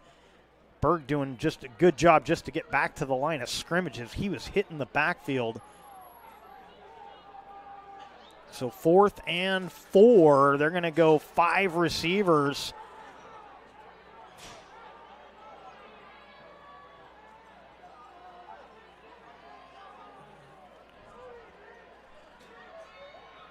And timeout grants pass. We'll take it with them. Be back with more right after this. For over 50 years, each day has started with a smile, a helping hand, and a promise to be there when you need us most. Delivering on that promise are our hard-working, dedicated employees. At Sherms, we're proud to be an essential part of our community and look forward to keeping our selection, quality, and value where our customers deserve for many years to come. Sherm's Food for Less and Thunderbird Market. What is a getaway? Is it leaving the familiar behind or discovering a place that feeds your... And after the timeout, the Cavemen decide to punt. Parker Roberts comes out, and it's a fake. And a throw over the middle. Catch is made. So 14 throws it to 3. Nathan Bassett makes the catch. Parker Howe on the completion. We saw a fake last week. This one, a pass play into Sprague territory at the 41.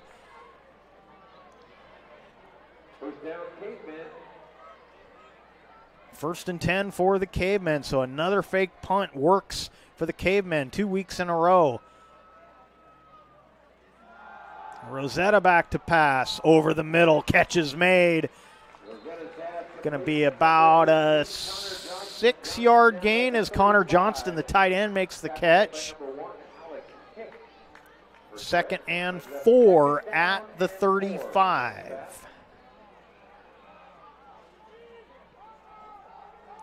Breivik Hill on the screen, but he couldn't get the block he needed. He got away from the first tackler. He'll get it back to near the original line of scrimmage, but it's going to bring up 3rd and 4. And Hill doing just a nice job there just to get it back to the marker.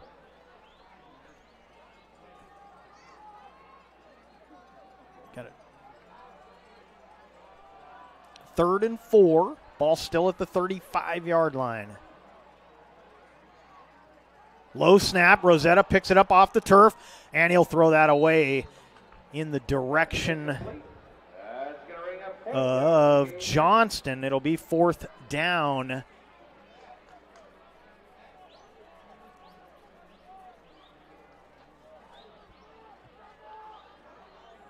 Rosetta looking to the sideline, trying to get the play here on 4th and 4.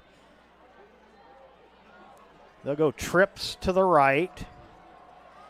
go out of the pistol once again. Rosetta with plenty of time. Now he's under some pressure, and he'll take the sack. It'll be Sprague ball at the 50-yard line. 1st and 10 for Sprague.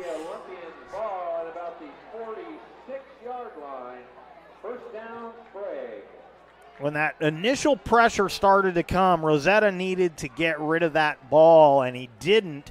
He did the smart thing, not trying to throw it at the last second, but as soon as that pressure was coming, Rosetta's gotten so used to being able to elude the pressure, but he had no place to go there. And again, good, smart play to tuck it in at that point, but probably should have gotten rid of that a little sooner. And actually, they spot this at the 46-yard line. And they'll power it ahead with Johnson just shy of midfield. It'll be the 49-yard line, a 3-yard gain.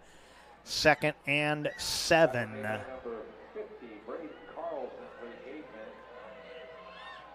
So the Cavemen got the stop they wanted on that first drive, but they couldn't cash in going the other way. Witherspoon looking to pass over the middle. Open, and making the catch was Foodie, and he'll be thrown down at the 40.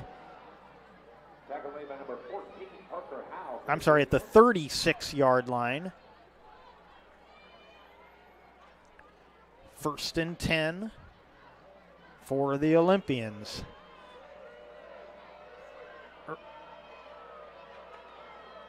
Going to give it up the middle to Johnson. Johnson beats the, and he loses the football, and the Caymans think they have it, and they do. And the turnovers bite the opposition again here at Mel Ingram Field. Grant's pass will get it right back and send the offense back on the field. 6:12 remaining here in the third.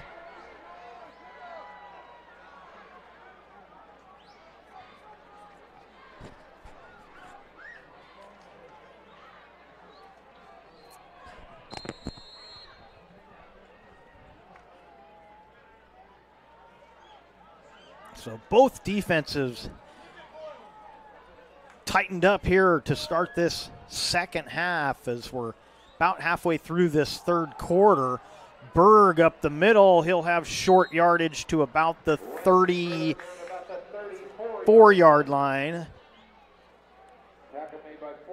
It'll be 2nd and 7.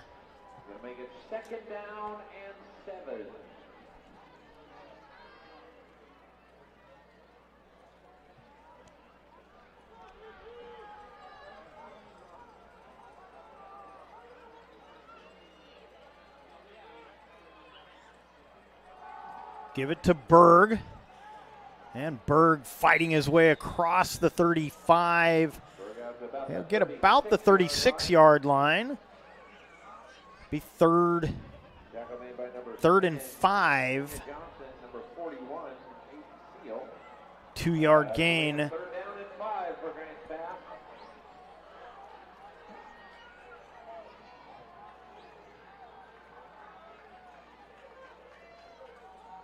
Rosetta looked to his left, now surveying the middle of the field, and that catch is made. Connor Johnston, the ball was a little underthrown, but Johnston reaches back for it, makes the catch into Sprague territory at the 49-yard line. And as the Cavemen do, a big play, they'll go tempo.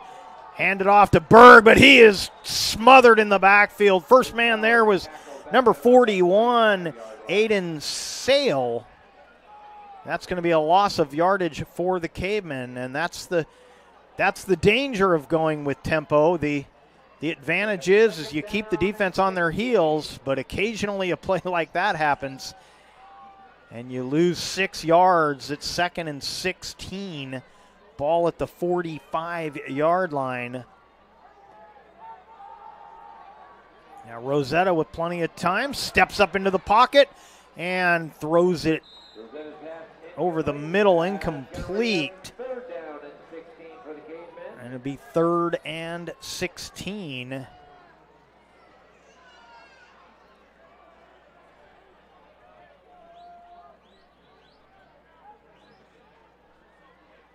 .414 left here in the third.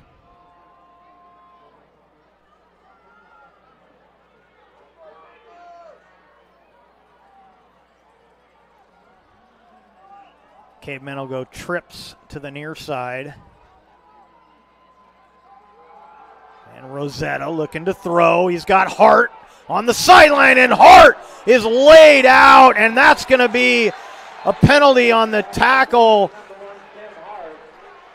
Hicks is going to be whistled for the foul. It was going to be short of a first down by about 2 yards, but the penalty is going to put it well into Sprague territory for a first down.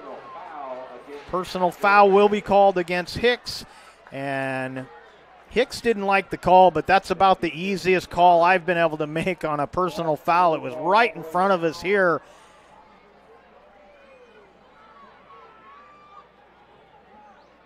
You just can't go high with the hit in that manner. And so it's 1st and 10 for the Cavemen. Ball at the 26-yard line, looks like. And Rosetta hit as he throws. He's got a man. Touchdown, Cavemen. And I believe that's Isaac. No, it's Breivik Hill. Breivik Hill with the touchdown. And the Cavers lead by 10 with the extra point to come. And Leon will come out to attempt the extra point.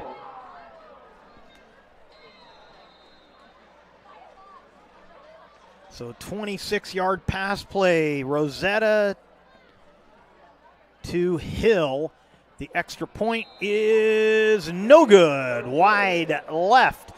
So with 3:56 remaining in the third, 34-14, Cavers out in front. We'll step aside, be back right after this. It takes meticulous planning,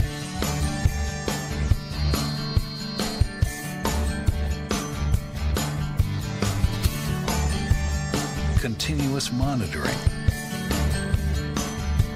and forward thinking to deliver the perfect 3-egg omelet.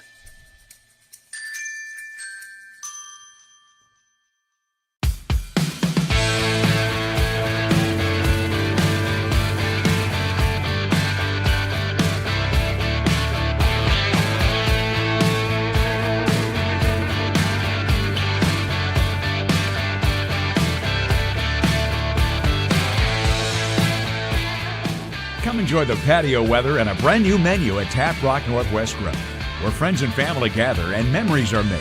Come visit us today or visit our website.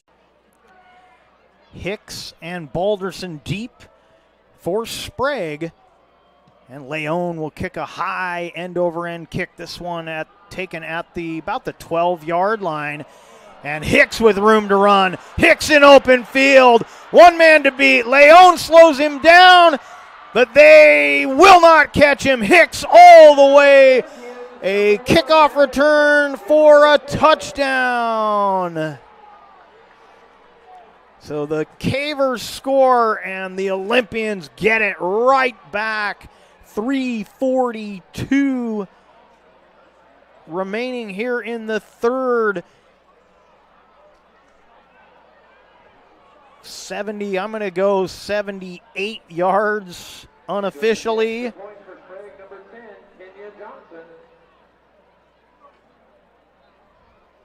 Johnson will attempt the extra point.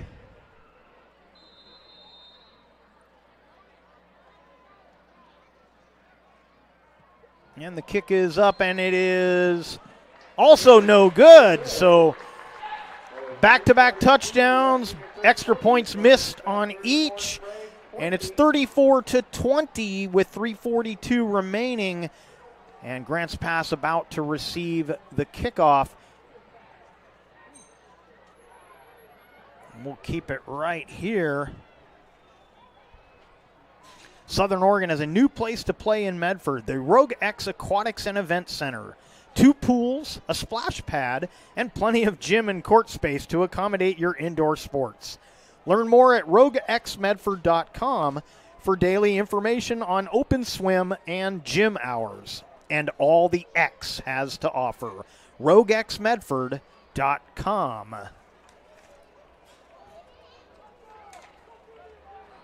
Rory Wold, State Farm Insurance, protecting your dreams in Oregon for over 30 years.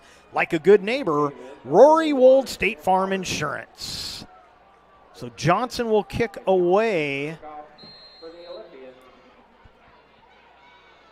Hart is deep for the Cavemen. And Johnson will kick this one out of bounds. Cavers will have it at the 35-yard line. Or actually, they can take that right where that went out of bounds. I think they're going to have this at the 38-yard line. So if the ball goes out of bounds deeper than the 35, you can take it at the 35, and actually, they're going to say this went out of bounds all the way up at the 43. So 1st and 10 at the 43. So a little mistake from Johnson on that one, giving him a few extra yards to start this next drive. Powers in the backfield behind Rosetta, 4 wide receiver set. Powers dances through 2, but then he's hauled down.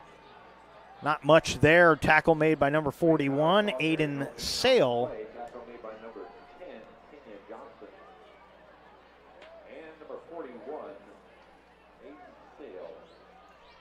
No gain on the play. 2nd down and 10.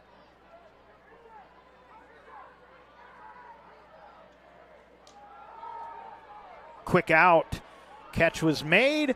Down to about the 49-yard line goes Isaac Johnson. He's going to bring up 3rd and short. 3rd and about 4, actually. So 3rd down and 4 for Grant Pack.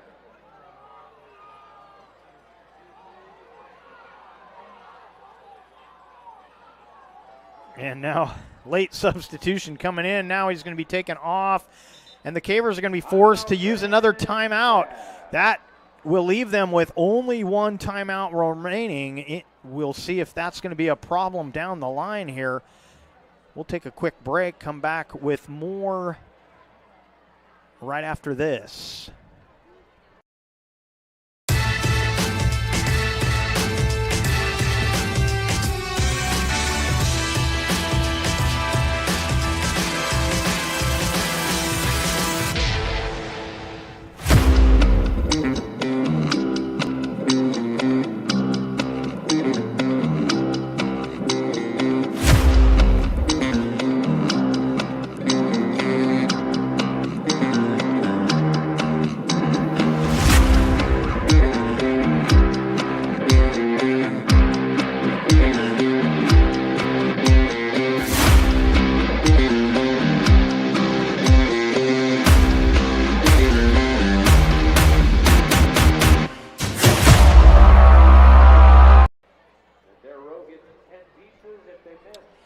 Welcome back to Mel Ingram Field here at Grants Pass High School. Special District 1 football action coming your way.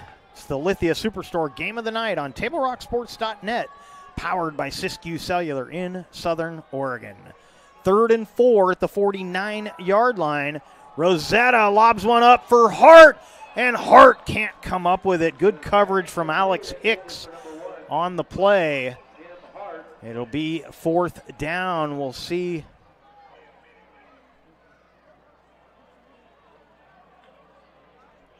what the Cavers will draw up. It seems like every 4th down play in this second half has been 4th and 4 for the Cavemen, as it's 4th and 4 once again here.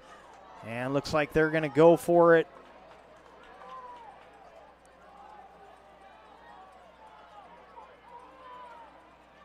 Powers in the backfield, play action. pressure, and another sack on 4th down, and this will be even better field position for Sprague as they will have it at the 37-yard line, 1st and 10.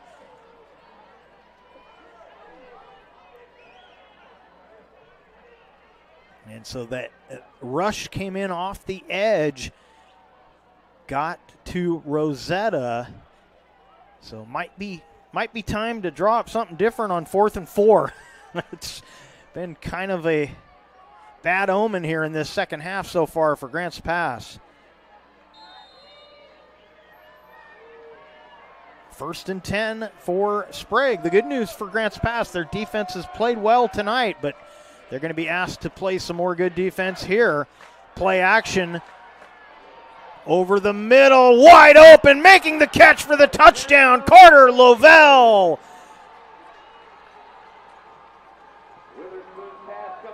2:30 the time. 37 yards from Witherspoon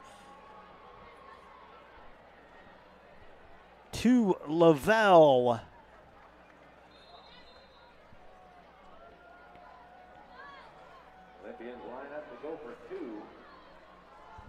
And now Sprague will go for 2. Witherspoon rolling, throws, and it is caught. 2-point conversion is good, and that makes it 34-28. So a 6-point Caver lead, still 2:30 left here in the third. A lot of football left to play, and the Cavers will get the kickoff here. Solar Pros and owner Mason Mahaffey invite you to learn how you can save thousands on solar panel installation for your home. Visit Solar Pros Facebook page to learn more. Go to Facebook and search Solar Pros PNW. Crater Car Wash, locally owned and operated with 2 Medford and 2 Grants Pass locations. Crater Car Wash, clean, dry, fast.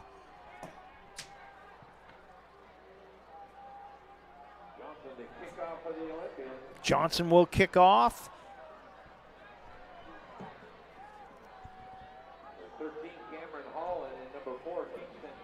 Connolly and Holland. Cameron Holland, number 13, deep for Grants Pass as Johnson will kick it away. His last kick went out of bounds, giving Grants Pass great field position, but they couldn't do anything with it. This one will be a line drive. They'll let it go, and I don't know if that was touched. It goes out of bounds. I don't think they're going to rule that was touched by the Cavers, as Connolly was near it. He reached for it, and then he finally realized it was gonna kick its way out of bounds because it was rolling down the line. Coaching staff for Sprague arguing that ball was touched, and they're going to spot this at the 35, 1st and 10. So they'll rule Grants Pass did not touch that. That could have been another costly one there had they been ruled to have touched that. It'll be 1st and 10 at the 35-yard line. Give it to Hill, and a flag comes in. I think this is going to be against the Cavemen. It's holding against Grants Pass. So gut check time here for the Cavers. Still 2:23 left in the third quarter. A 6-point ball game. They gave up the kickoff return for a touchdown. And then the 37-yard pass play. It's now a 6-point game, and it's 1st and 20 from the 25-yard line. Play action over the middle, overthrowing Johnston. Johnston had room there, but that ball just a little overthrown. 2nd and 20.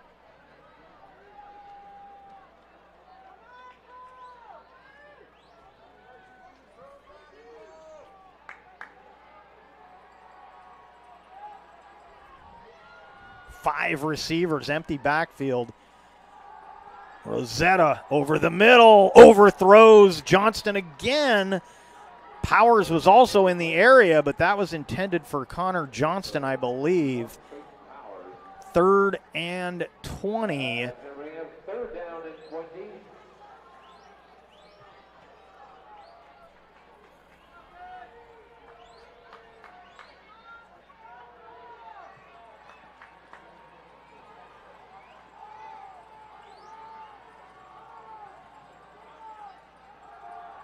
Rosetta looking.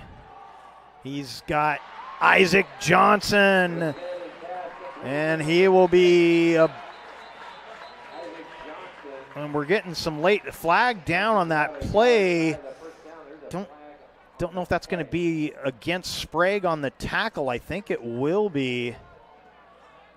It is personal foul against Sprague, so another foul on the tackle goes against Sprague, and it was going to be 4th and about 1 or 2 maybe. Instead, it's a first down into Olympian territory. Give it to Powers, and he is wrapped up by number 30, Taylor Brown. Going to lose a couple of yards. It'll be 2nd and 12. Ball at the 43-yard line. 2nd down and 11 for the Cavemen.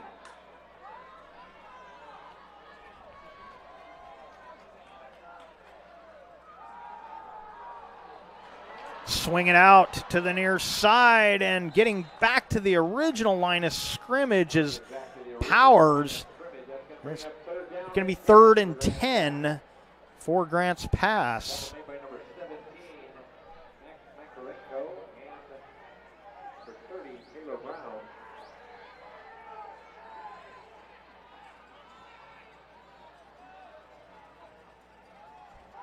Play action again. Hill makes the catch, makes a man miss, gets a late block, and that's going to be a block in the back, and this is coming back. They get it down to the 10, but it's going to come back. They'll replay 3rd down. They're actually going to gain some yardage on the play. The flag is at about the 26-yard line. So that'll take it to about the 36. We'll see where they actually put this down.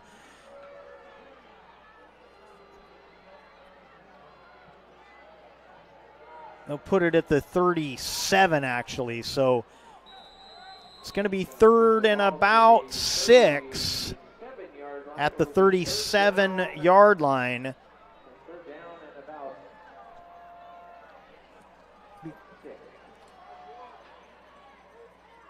So they get positive yardage on the play, but the penalty erases what would have been a first down at about the 10. That throw, catch is made. Hill again goes up the ladder to make the catch. And that'll be enough for a first down. 14 seconds left here in the 3rd. Clock will roll, see if the Cavers will get another play going. Hard count from Rosetta, and I think they're going to let this run down.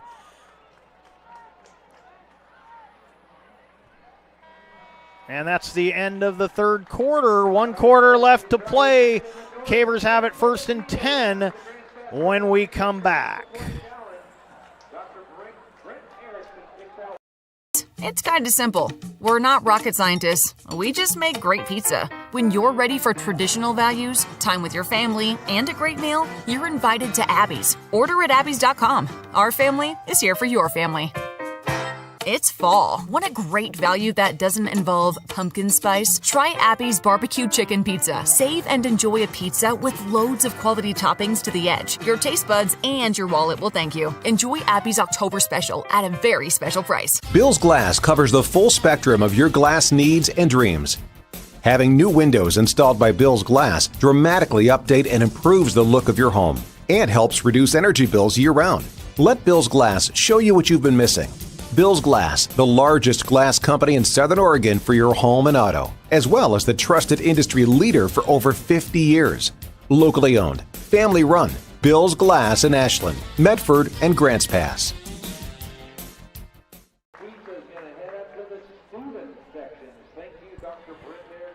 Welcome back to Mel Ingram Field here at Grants Pass High School.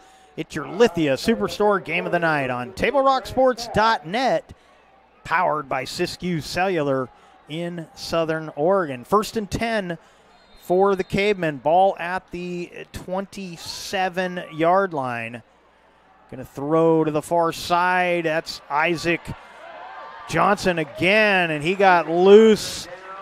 Going to be, I think, enough for a first down. I think he got about 11 on the play. Call it 12. 15-yard line is where they'll spot that. 1st and 10 at the 15.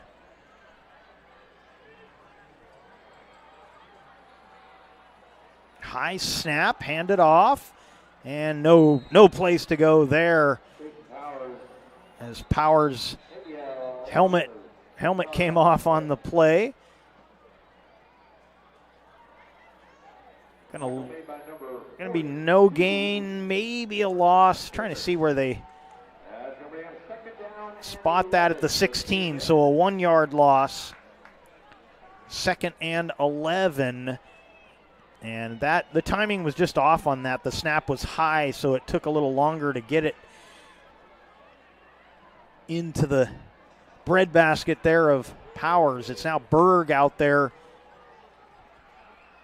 in the pistol once again. He wanted to, and that's bobbled in, intercepted. Going the other way with it.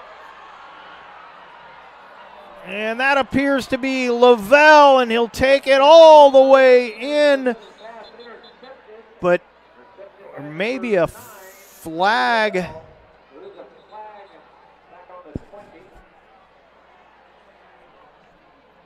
All the way back at the 20, there's a flag down. We'll have to see.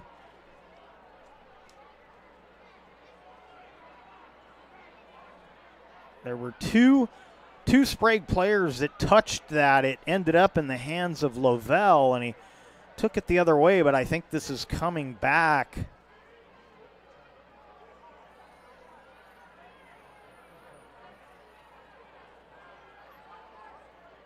Personal foul against Sprague.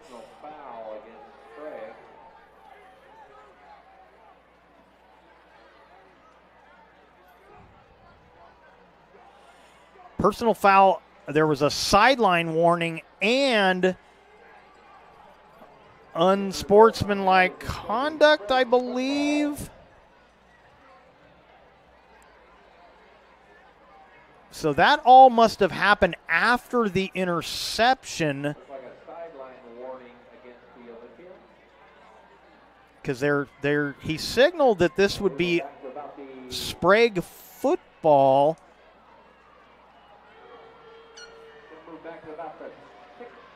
So they'll start at the 6-yard line. It will be Sprague ball at the 6. So all of those penalties coming after the interception. So I'm assuming that personal foul was maybe like a crackback block or something along those lines. But I thought he signaled also an unsportsmanlike as well as a sideline warning. The sideline warning wouldn't result in any yardage, but the other two fouls would. They'll hand it off, and Powers gets some breathing room and then some, finally taken down by Zach Deshane. And that was where Sprague had success on that opening drive of the first half, going up the gut with Johnson, and they get it all the way out to the 33-yard line. 1st and 10.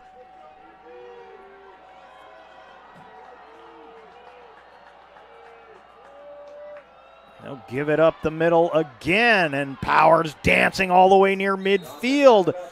It could be it down at the 49-yard line. Another first down.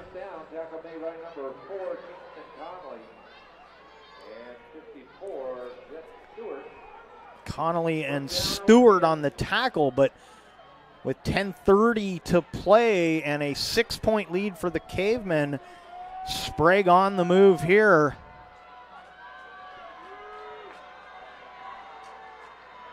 Give it up the middle again. This time it was 21, Pierre Mike. And then the ball came loose late, and it's grass pass football. And the turnover bug at Mel Ingram bites the opposition once again. We saw it a week ago here at Mel Ingram, and it's happened again. Sprague had a good drive going. They got that inside running game going again.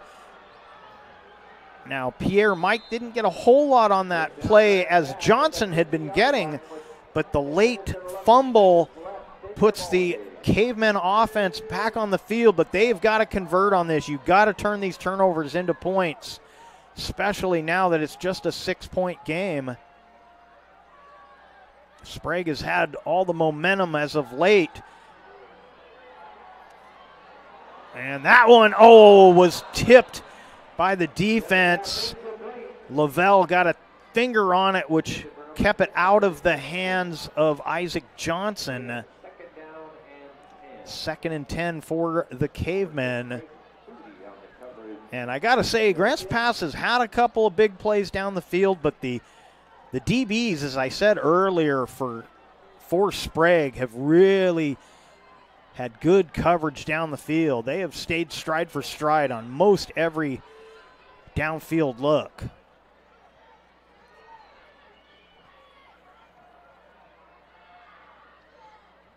Play action.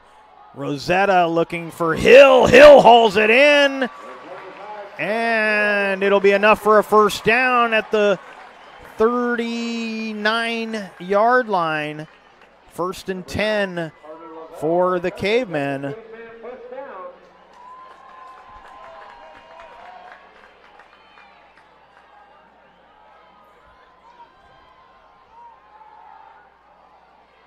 Little slant route, catch is made. I believe that's Breivik Hill once again. It's going to be good for about 7 yards, 2nd and 3. Going up 2nd down and 3 for the Cavemen. Ball at the 32-yard line.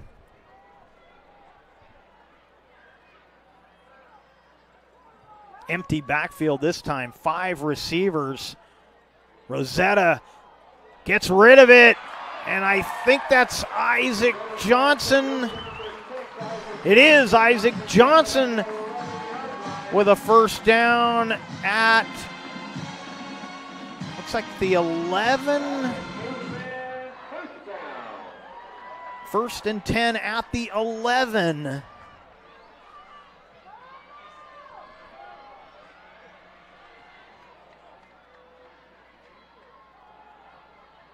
That one knocked down and falls incomplete.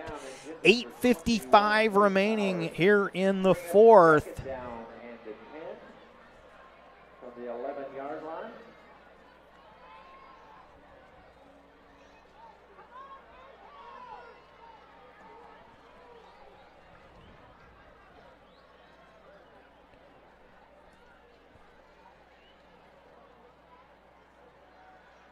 Second and 10 from the 11. It's like Powers in the pistol. Rosetta going to throw. He's hit, spins around, lobs one up for Hart, but that'll go out of bounds. And it'll be 3rd and 10.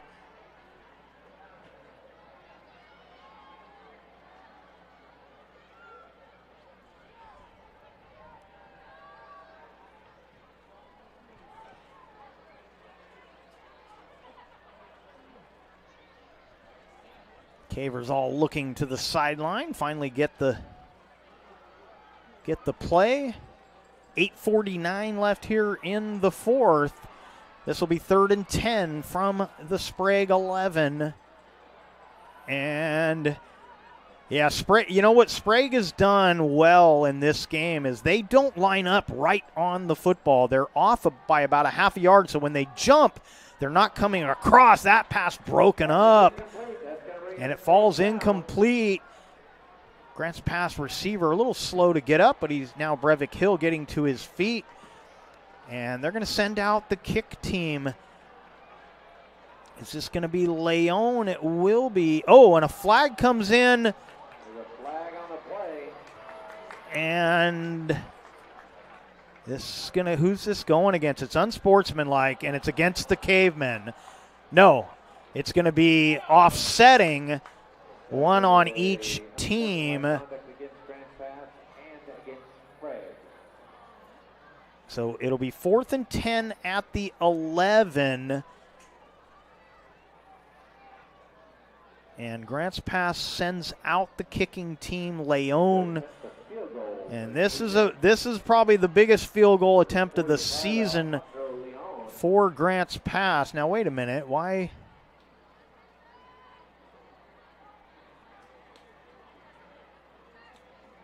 Oh, they've brought the player, probably a couple of captains together to talk this over.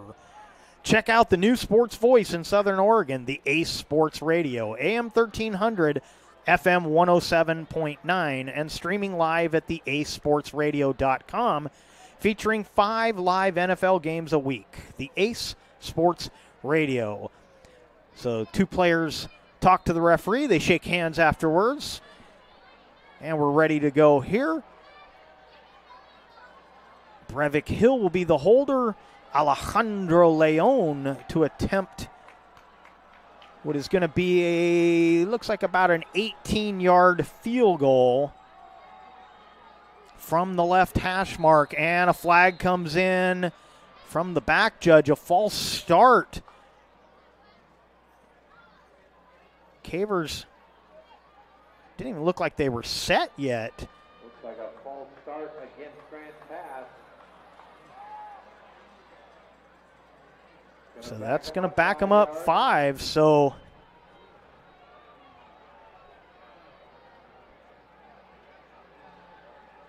$23-yard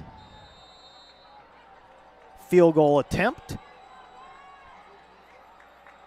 Good snap. The kick is up and no good. Looked like it was wide left. And so the Sprague will have the ball with 8:41 left in the game. And they're going to have this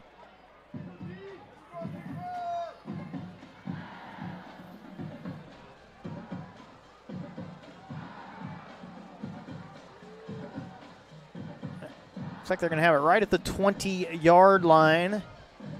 1st and 10 for the Olympians.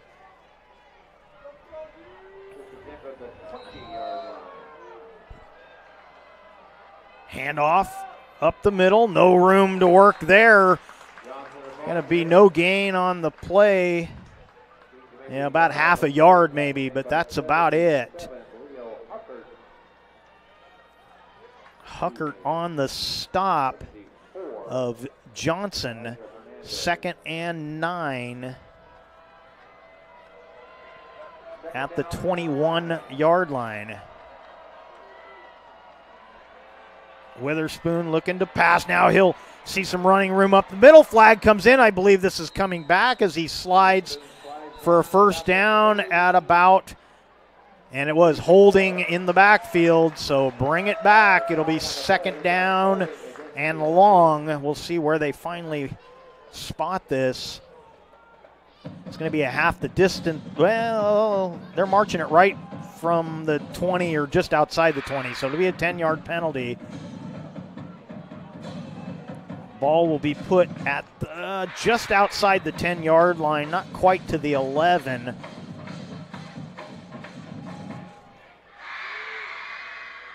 Second and 19 from the 11-yard line. Witherspoon, little underneath pass, but Johnson is met just as he caught it. He fights his way forward. Let's see where they're going to spot this.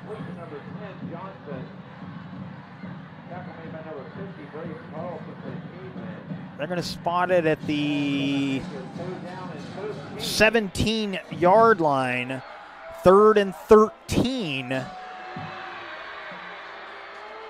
Empty backfield, 5 wide receivers, and that's going to be a false start against Sprague.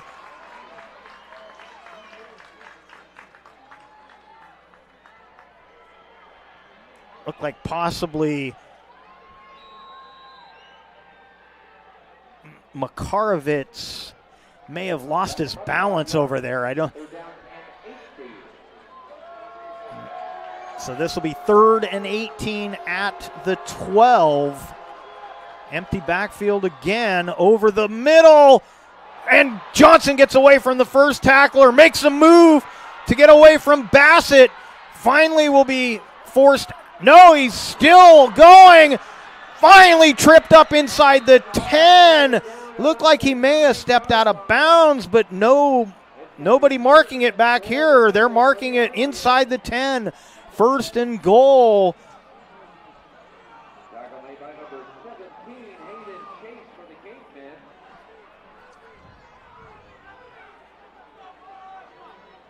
First and goal at the 9.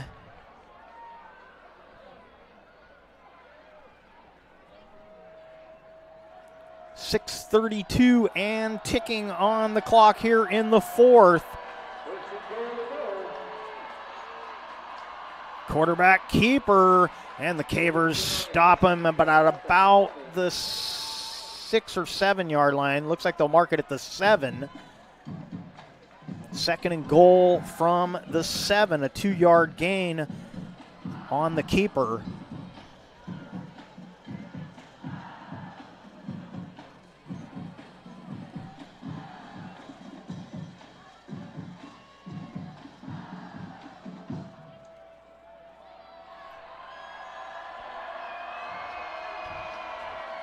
Witherspoon rolling right. He's under pressure, and he's sacked at the 10-yard line. Nathan Bassett with the sack.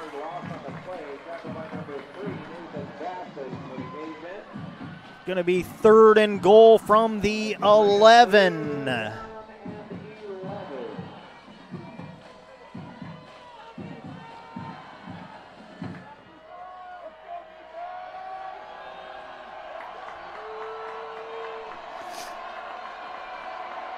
Got to assume it would be 4-down territory here.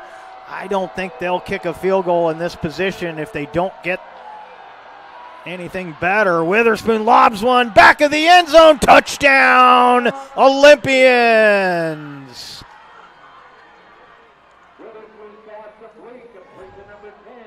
And this game is tied. 5:03 left in the 4th.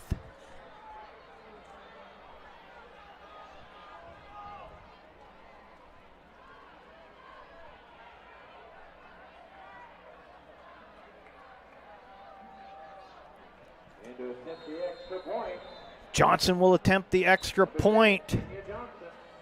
And timeout on the field. Timeout called by Sprague. They had all 3. They'll have 2 remaining. Cavers have just 1. 5:03 left. And the extra point can give Sprague the lead. This game is tied, and Grants Pass had been in control for much of the way, but Sprague really grabbed the momentum late in the 3rd or middle of the 3rd and have carried it here into the 4th. Despite the turnover advantage being in favor of Grants Pass. 34-34 on our John L. Scott scoreboard. Johnson on to attempt the extra point. He missed his last one. In fact, both teams missed extra points on their last scores. Kick is up, and it's good. And Sprague takes the 1-point lead, their first lead of the night, 35-34. We'll step aside, come back with the kickoff right after this. Discover the Crater Advantage at Crater Car Wash today. Scan the QR code and sign up for your free $15 wash. Crater Car Wash. Clean. Dry. Fast.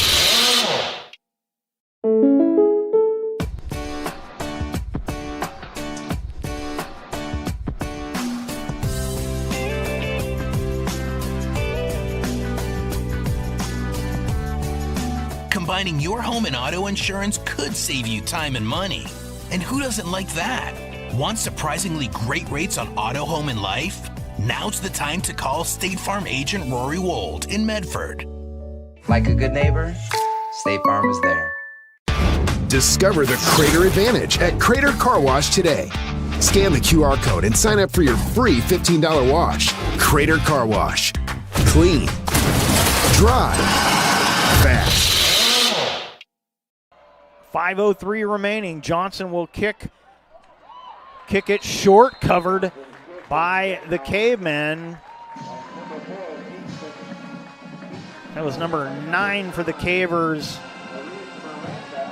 Aries Miranda, who was able to field that line drive kickoff. And with 5:03 remaining, Cavers with good field position at the 43.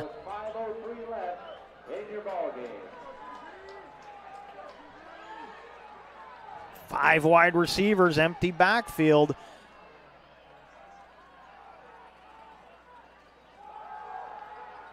Rosetta, Isaac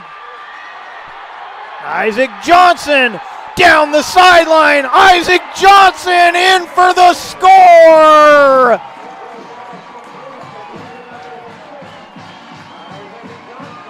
"57-yard pass play. And the Cavers are back on top, 40-35.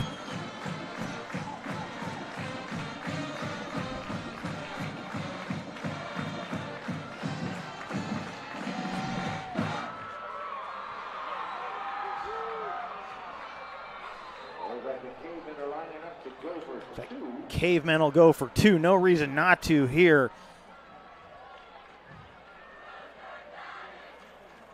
Trying to make it a full 7-point advantage. And Rosetta hit as he throws. It's incomplete. 4:53 remaining. Grants pass back on top, 40-35, as they'll send the defense back on the field.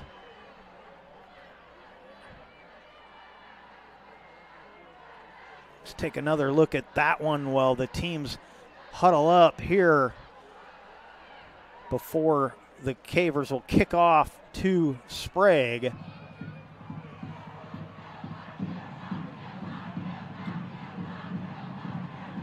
And it's been quite a night for Isaac Johnson. He gets the score.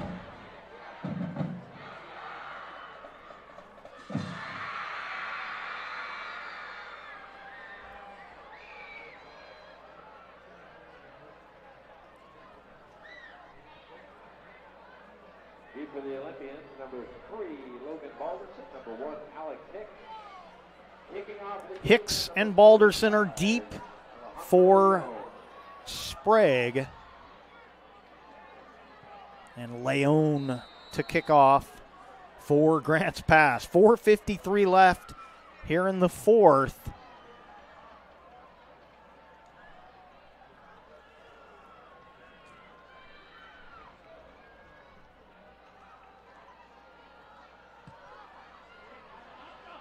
High end over end kick fielded around the 12 and out to about the 32-yard line.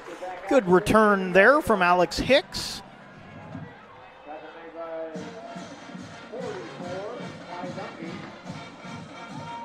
Dungy on the tackle for Grants Pass.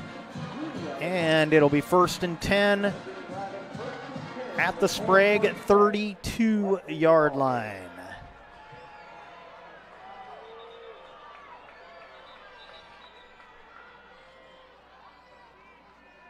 And now a whistle stopping things here.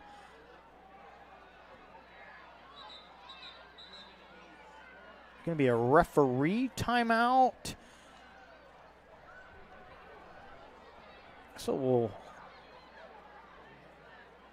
referee timeout is signaled. Send the teams to the sidelines, and we want to let you know that fall sports action is brought to you by our title sponsor, Lithia Jeep Dodge Chrysler, where you can find great deals on the lot or at lithiasuperstore.com, and our presenting sponsor, Siskiyou Cellular of Southern Oregon, now with 9 locations nearby to serve you. All right, let's go, guys. 15 minutes. Get your stuff. Bye, Mom. Have a good day, guys. I don't know what happened. Just next time, go a little slower and figure it out. Okay, I get it. What you're gonna do is you're gonna take the line. Life is busy. Juggling everything can be overwhelming. We've all been there. So consumed with our own lives that we sometimes forget about what someone else might be going through. Ref, come on! No, ref! There's no contact! I'm straight up! That is a terrible So goal. keep it in perspective, because we're all hoping for the same thing, to be respected for who we are and what we do. Remember, no ref, no game. You can be a parent, athlete, coach, or an official, but you can only be one. Know your... 1st and 10 at the 32-yard line. Screen pass to the sideline. Catch was made by Beck Olson, and he is forced out of bounds after about a 7-yard gain. It'll be 2nd and 3. Ball at the 39-yard line. Up the middle. I believe that's Johnson again. He gets out to about the 47-yard line. Move the chains, 1st and 10.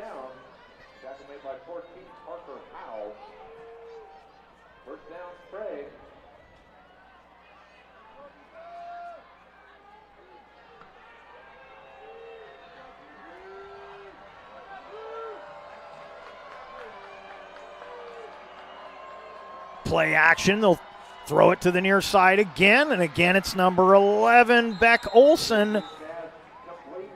And he'll have just enough for a first down into caveman territory at about the 43-yard line.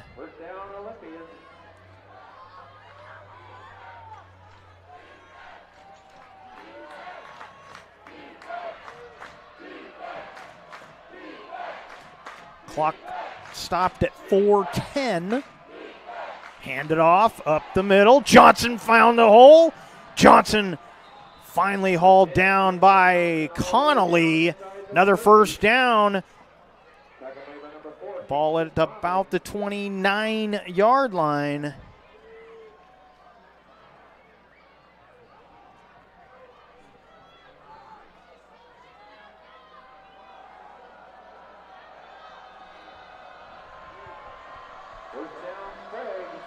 Clock running here, 3:45 left.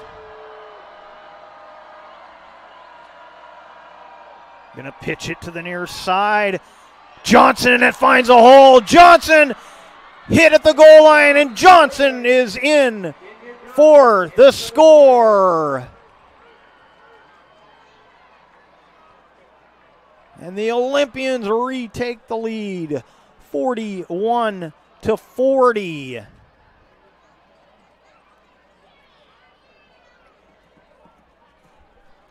3:32 remaining.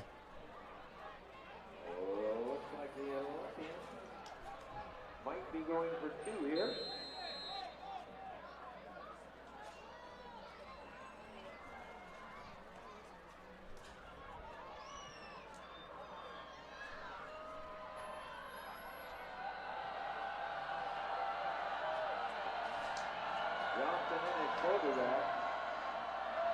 So they're going to go direct snap to Johnson for the 2-point conversion, and he won't get there. A flag comes in, and I think there's going to be a hold against, but he didn't get in, so the 2-point is no good. It's a 1-point ball game with 3:32 left. Now it's the prime. So with 3:32 left in your ball game, you scored Sprague 41, Lorenz Falls 40. 41-40 your score.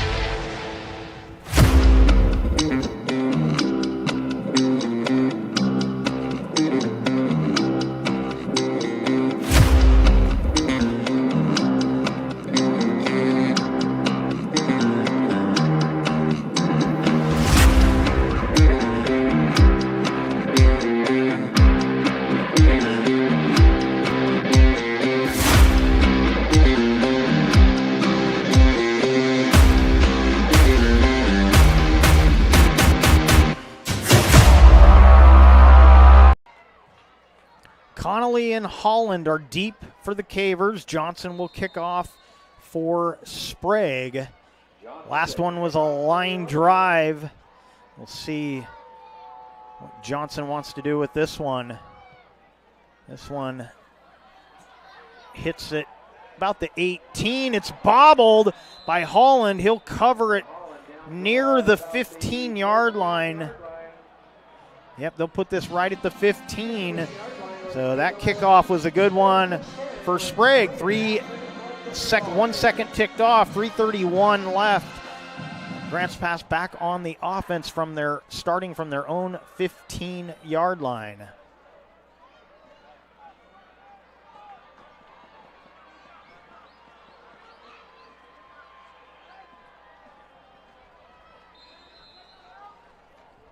One-point Olympians lead.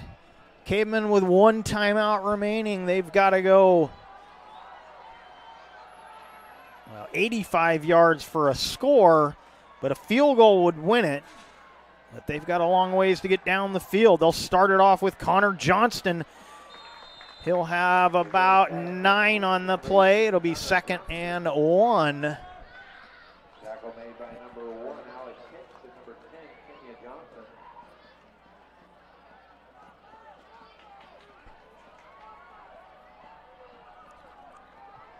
Second down. 3 wide receivers. And Rosetta finds Isaac Johnson once again. Isaac Johnson and Breivik Hill have had a really nice game tonight. Clock continues to run, 2:50. Cavers trying to upset number 5, Sprague, and a flag. Doesn't matter what happens here. I think this is coming back. Holding against the Cavemen.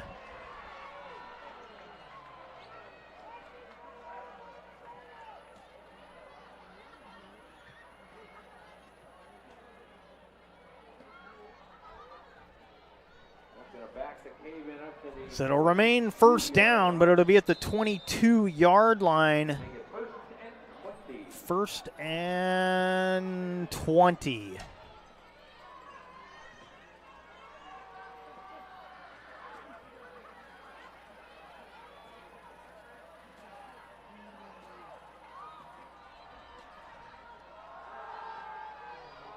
Rosetta to the sideline. Looked like Wylam may have gotten a hand on that. Second and 20. Clock stops with 2:32 remaining.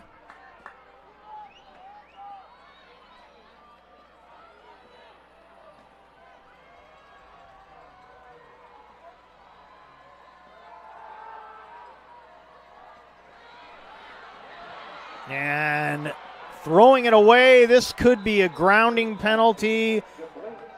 And I believe it will be. It is intentional grounding. They'll lose the down.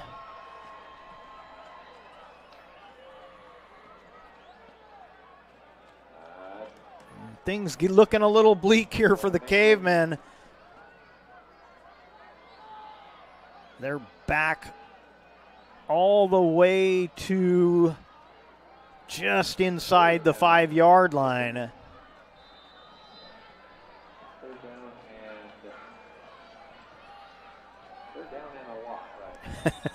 Third and a mile, as they say. And Grants Pass will burn their final timeout. We'll take it with them and be back with more right after this. All right, let's go, guys. 15 minutes. Get your stuff. Bye, Mom. Have a good day, guys. I don't know what happened. Just next time, go a little slower and figure it out. Okay, I get it. What you're going to do is you're going to take the line. Life is busy. Juggling everything can be overwhelming. We've all been there.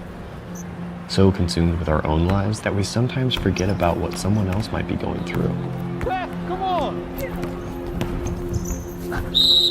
No, ref! There's no contact! I'm straight up!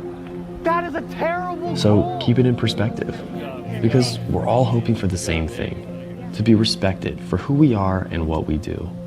Remember, no ref, no game. You can be a parent, athlete, coach, or an official, but you can only be one. Know your. We had a couple of people get hit last time. If you let your kids bring balls, please don't let them throw the balls around after the game. Thank you. 2:25 remaining. It's a 3rd and 37. Third down. Ball at the 4-yard line.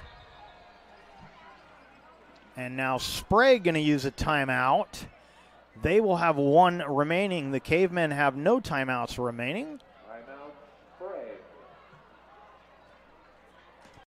Jeep Adventure Days at Lithia Chrysler Jeep Dodge Ram Fiat of Medford. We're stocked up on a great selection of new vehicles from Chrysler, Jeep, Dodge, and of course, Ram trucks. Choose from our great inventory of new Jeep Gladiator and Grand Cherokee 4x4 models in stock now. Or test drive a new 24 Ram 1500 4x4. Shop online today with our online process to calculate your own payment, whether it's a lease, finance, or cash payment. Only at the Lithia Chrysler Jeep Dodge of Medford Superstore. I ride my bike and sometimes the bus, sometimes both at the same time. I do have a car, but right now it's just too expensive to pay for insurance and gas. I love my job. At Ashland Food Co-op, they're a partner with RVTD's Employer Pass program. It makes it super easy for me to get to work and save a ton of money. It's way cheaper to be able to pay $10 a month, and now I can go anywhere in the valley. Pretty much unlimited rides. It's more than just a bus ride. RVTD is moving our community forward.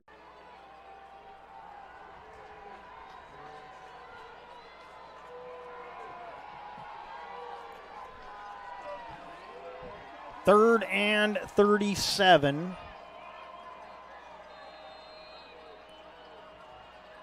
Empty backfield for Rosetta. They'll send all the receivers to the near side of the field. Go over the middle, overthrows Isaac Johnson, and it comes down to this one play left for the Cavemen.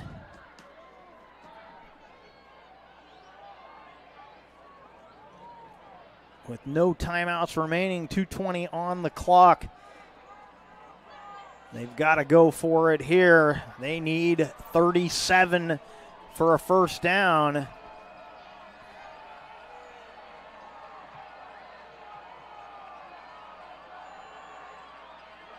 Rosetta steps up, and nobody there. That'll fall incomplete. And Sprague will take over on downs at the 4-yard line.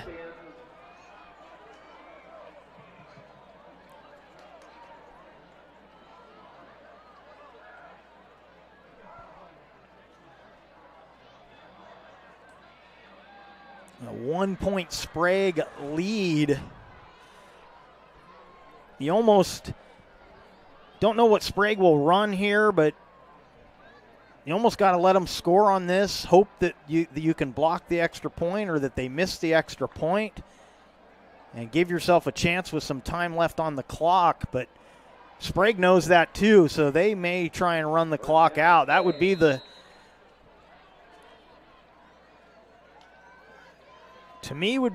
smarter play. Caveman can't stop the clock. Of course, you can't run off all 2:13. Johnson with it, and he'll slide down short of the goal line. And that's exactly what he needed to do there. They'll let the clock run down. Cavers would have let him run in on that, but he got the right instructions from his sideline.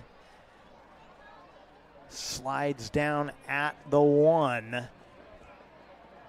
I assume they will eventually want to score on this. I don't think they can quite run the clock out completely, but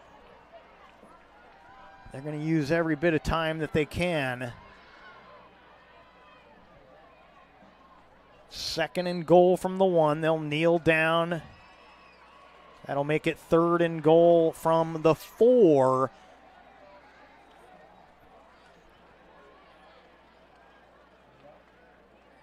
And again, Sprague going to use all of the clock. Coming up at the conclusion, it'll be the Know Your Role post-game show.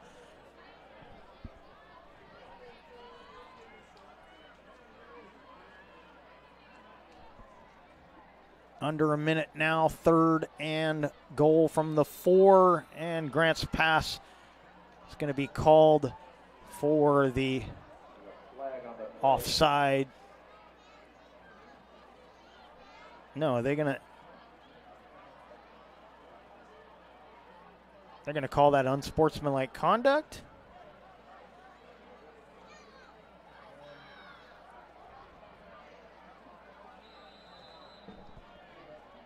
So clock rolls here. We're under 50 seconds now.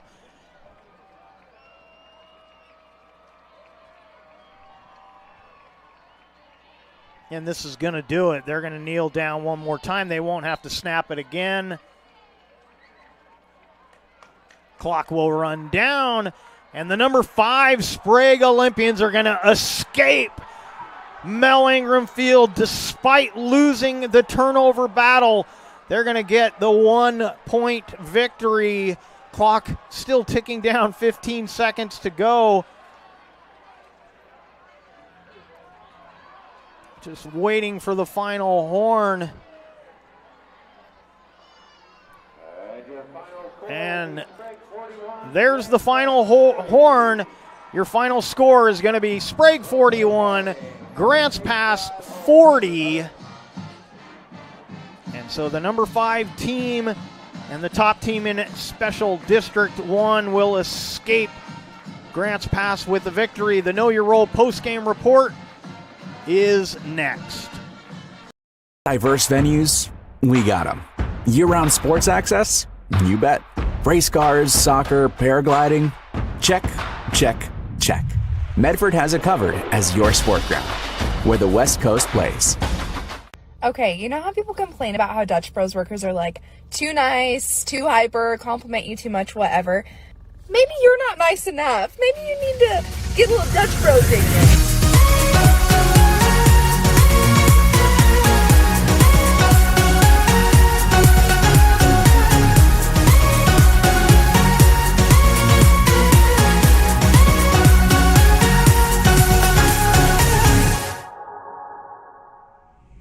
Discover the West Coast destination for those seeking more. More sunny days, more athletic facilities, more outdoor adventures, more to do during downtime. Medford is your sport ground, where the West Coast plays. Welcome back to Grants Pass High School, Mel Ingram Field, and your Lithia Superstore Game of the Night on TableRockSports.net, powered by Siskiyou Cellular in Southern Oregon, and the post-game show brought to you by the Know Your Role campaign.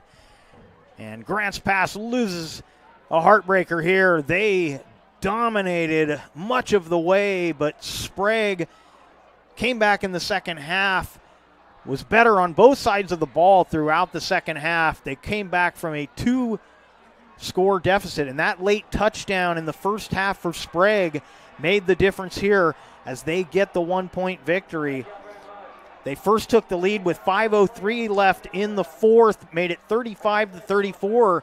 Grants Pass needed only 10 seconds before they got a 57-yard pass play to make it 40-35, but then it was a 29-yard run for Kenya Johnson, who really was the workhorse for Sprague all night long.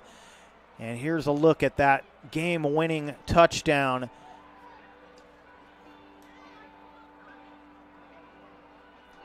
Pitch it to Johnson, and Johnson goes in. He gets hit at the goal line, but he goes in for the score, and that would do it as they missed the 2-point conversion, and Sprague goes home with the victory. The Olympians improved to 7-0 in league, 8-0 overall. Grants Pass falls to 4-2 in the conference, 5-2 overall, and we'll have to see coming up over the weekend what happens to their 14th ranking.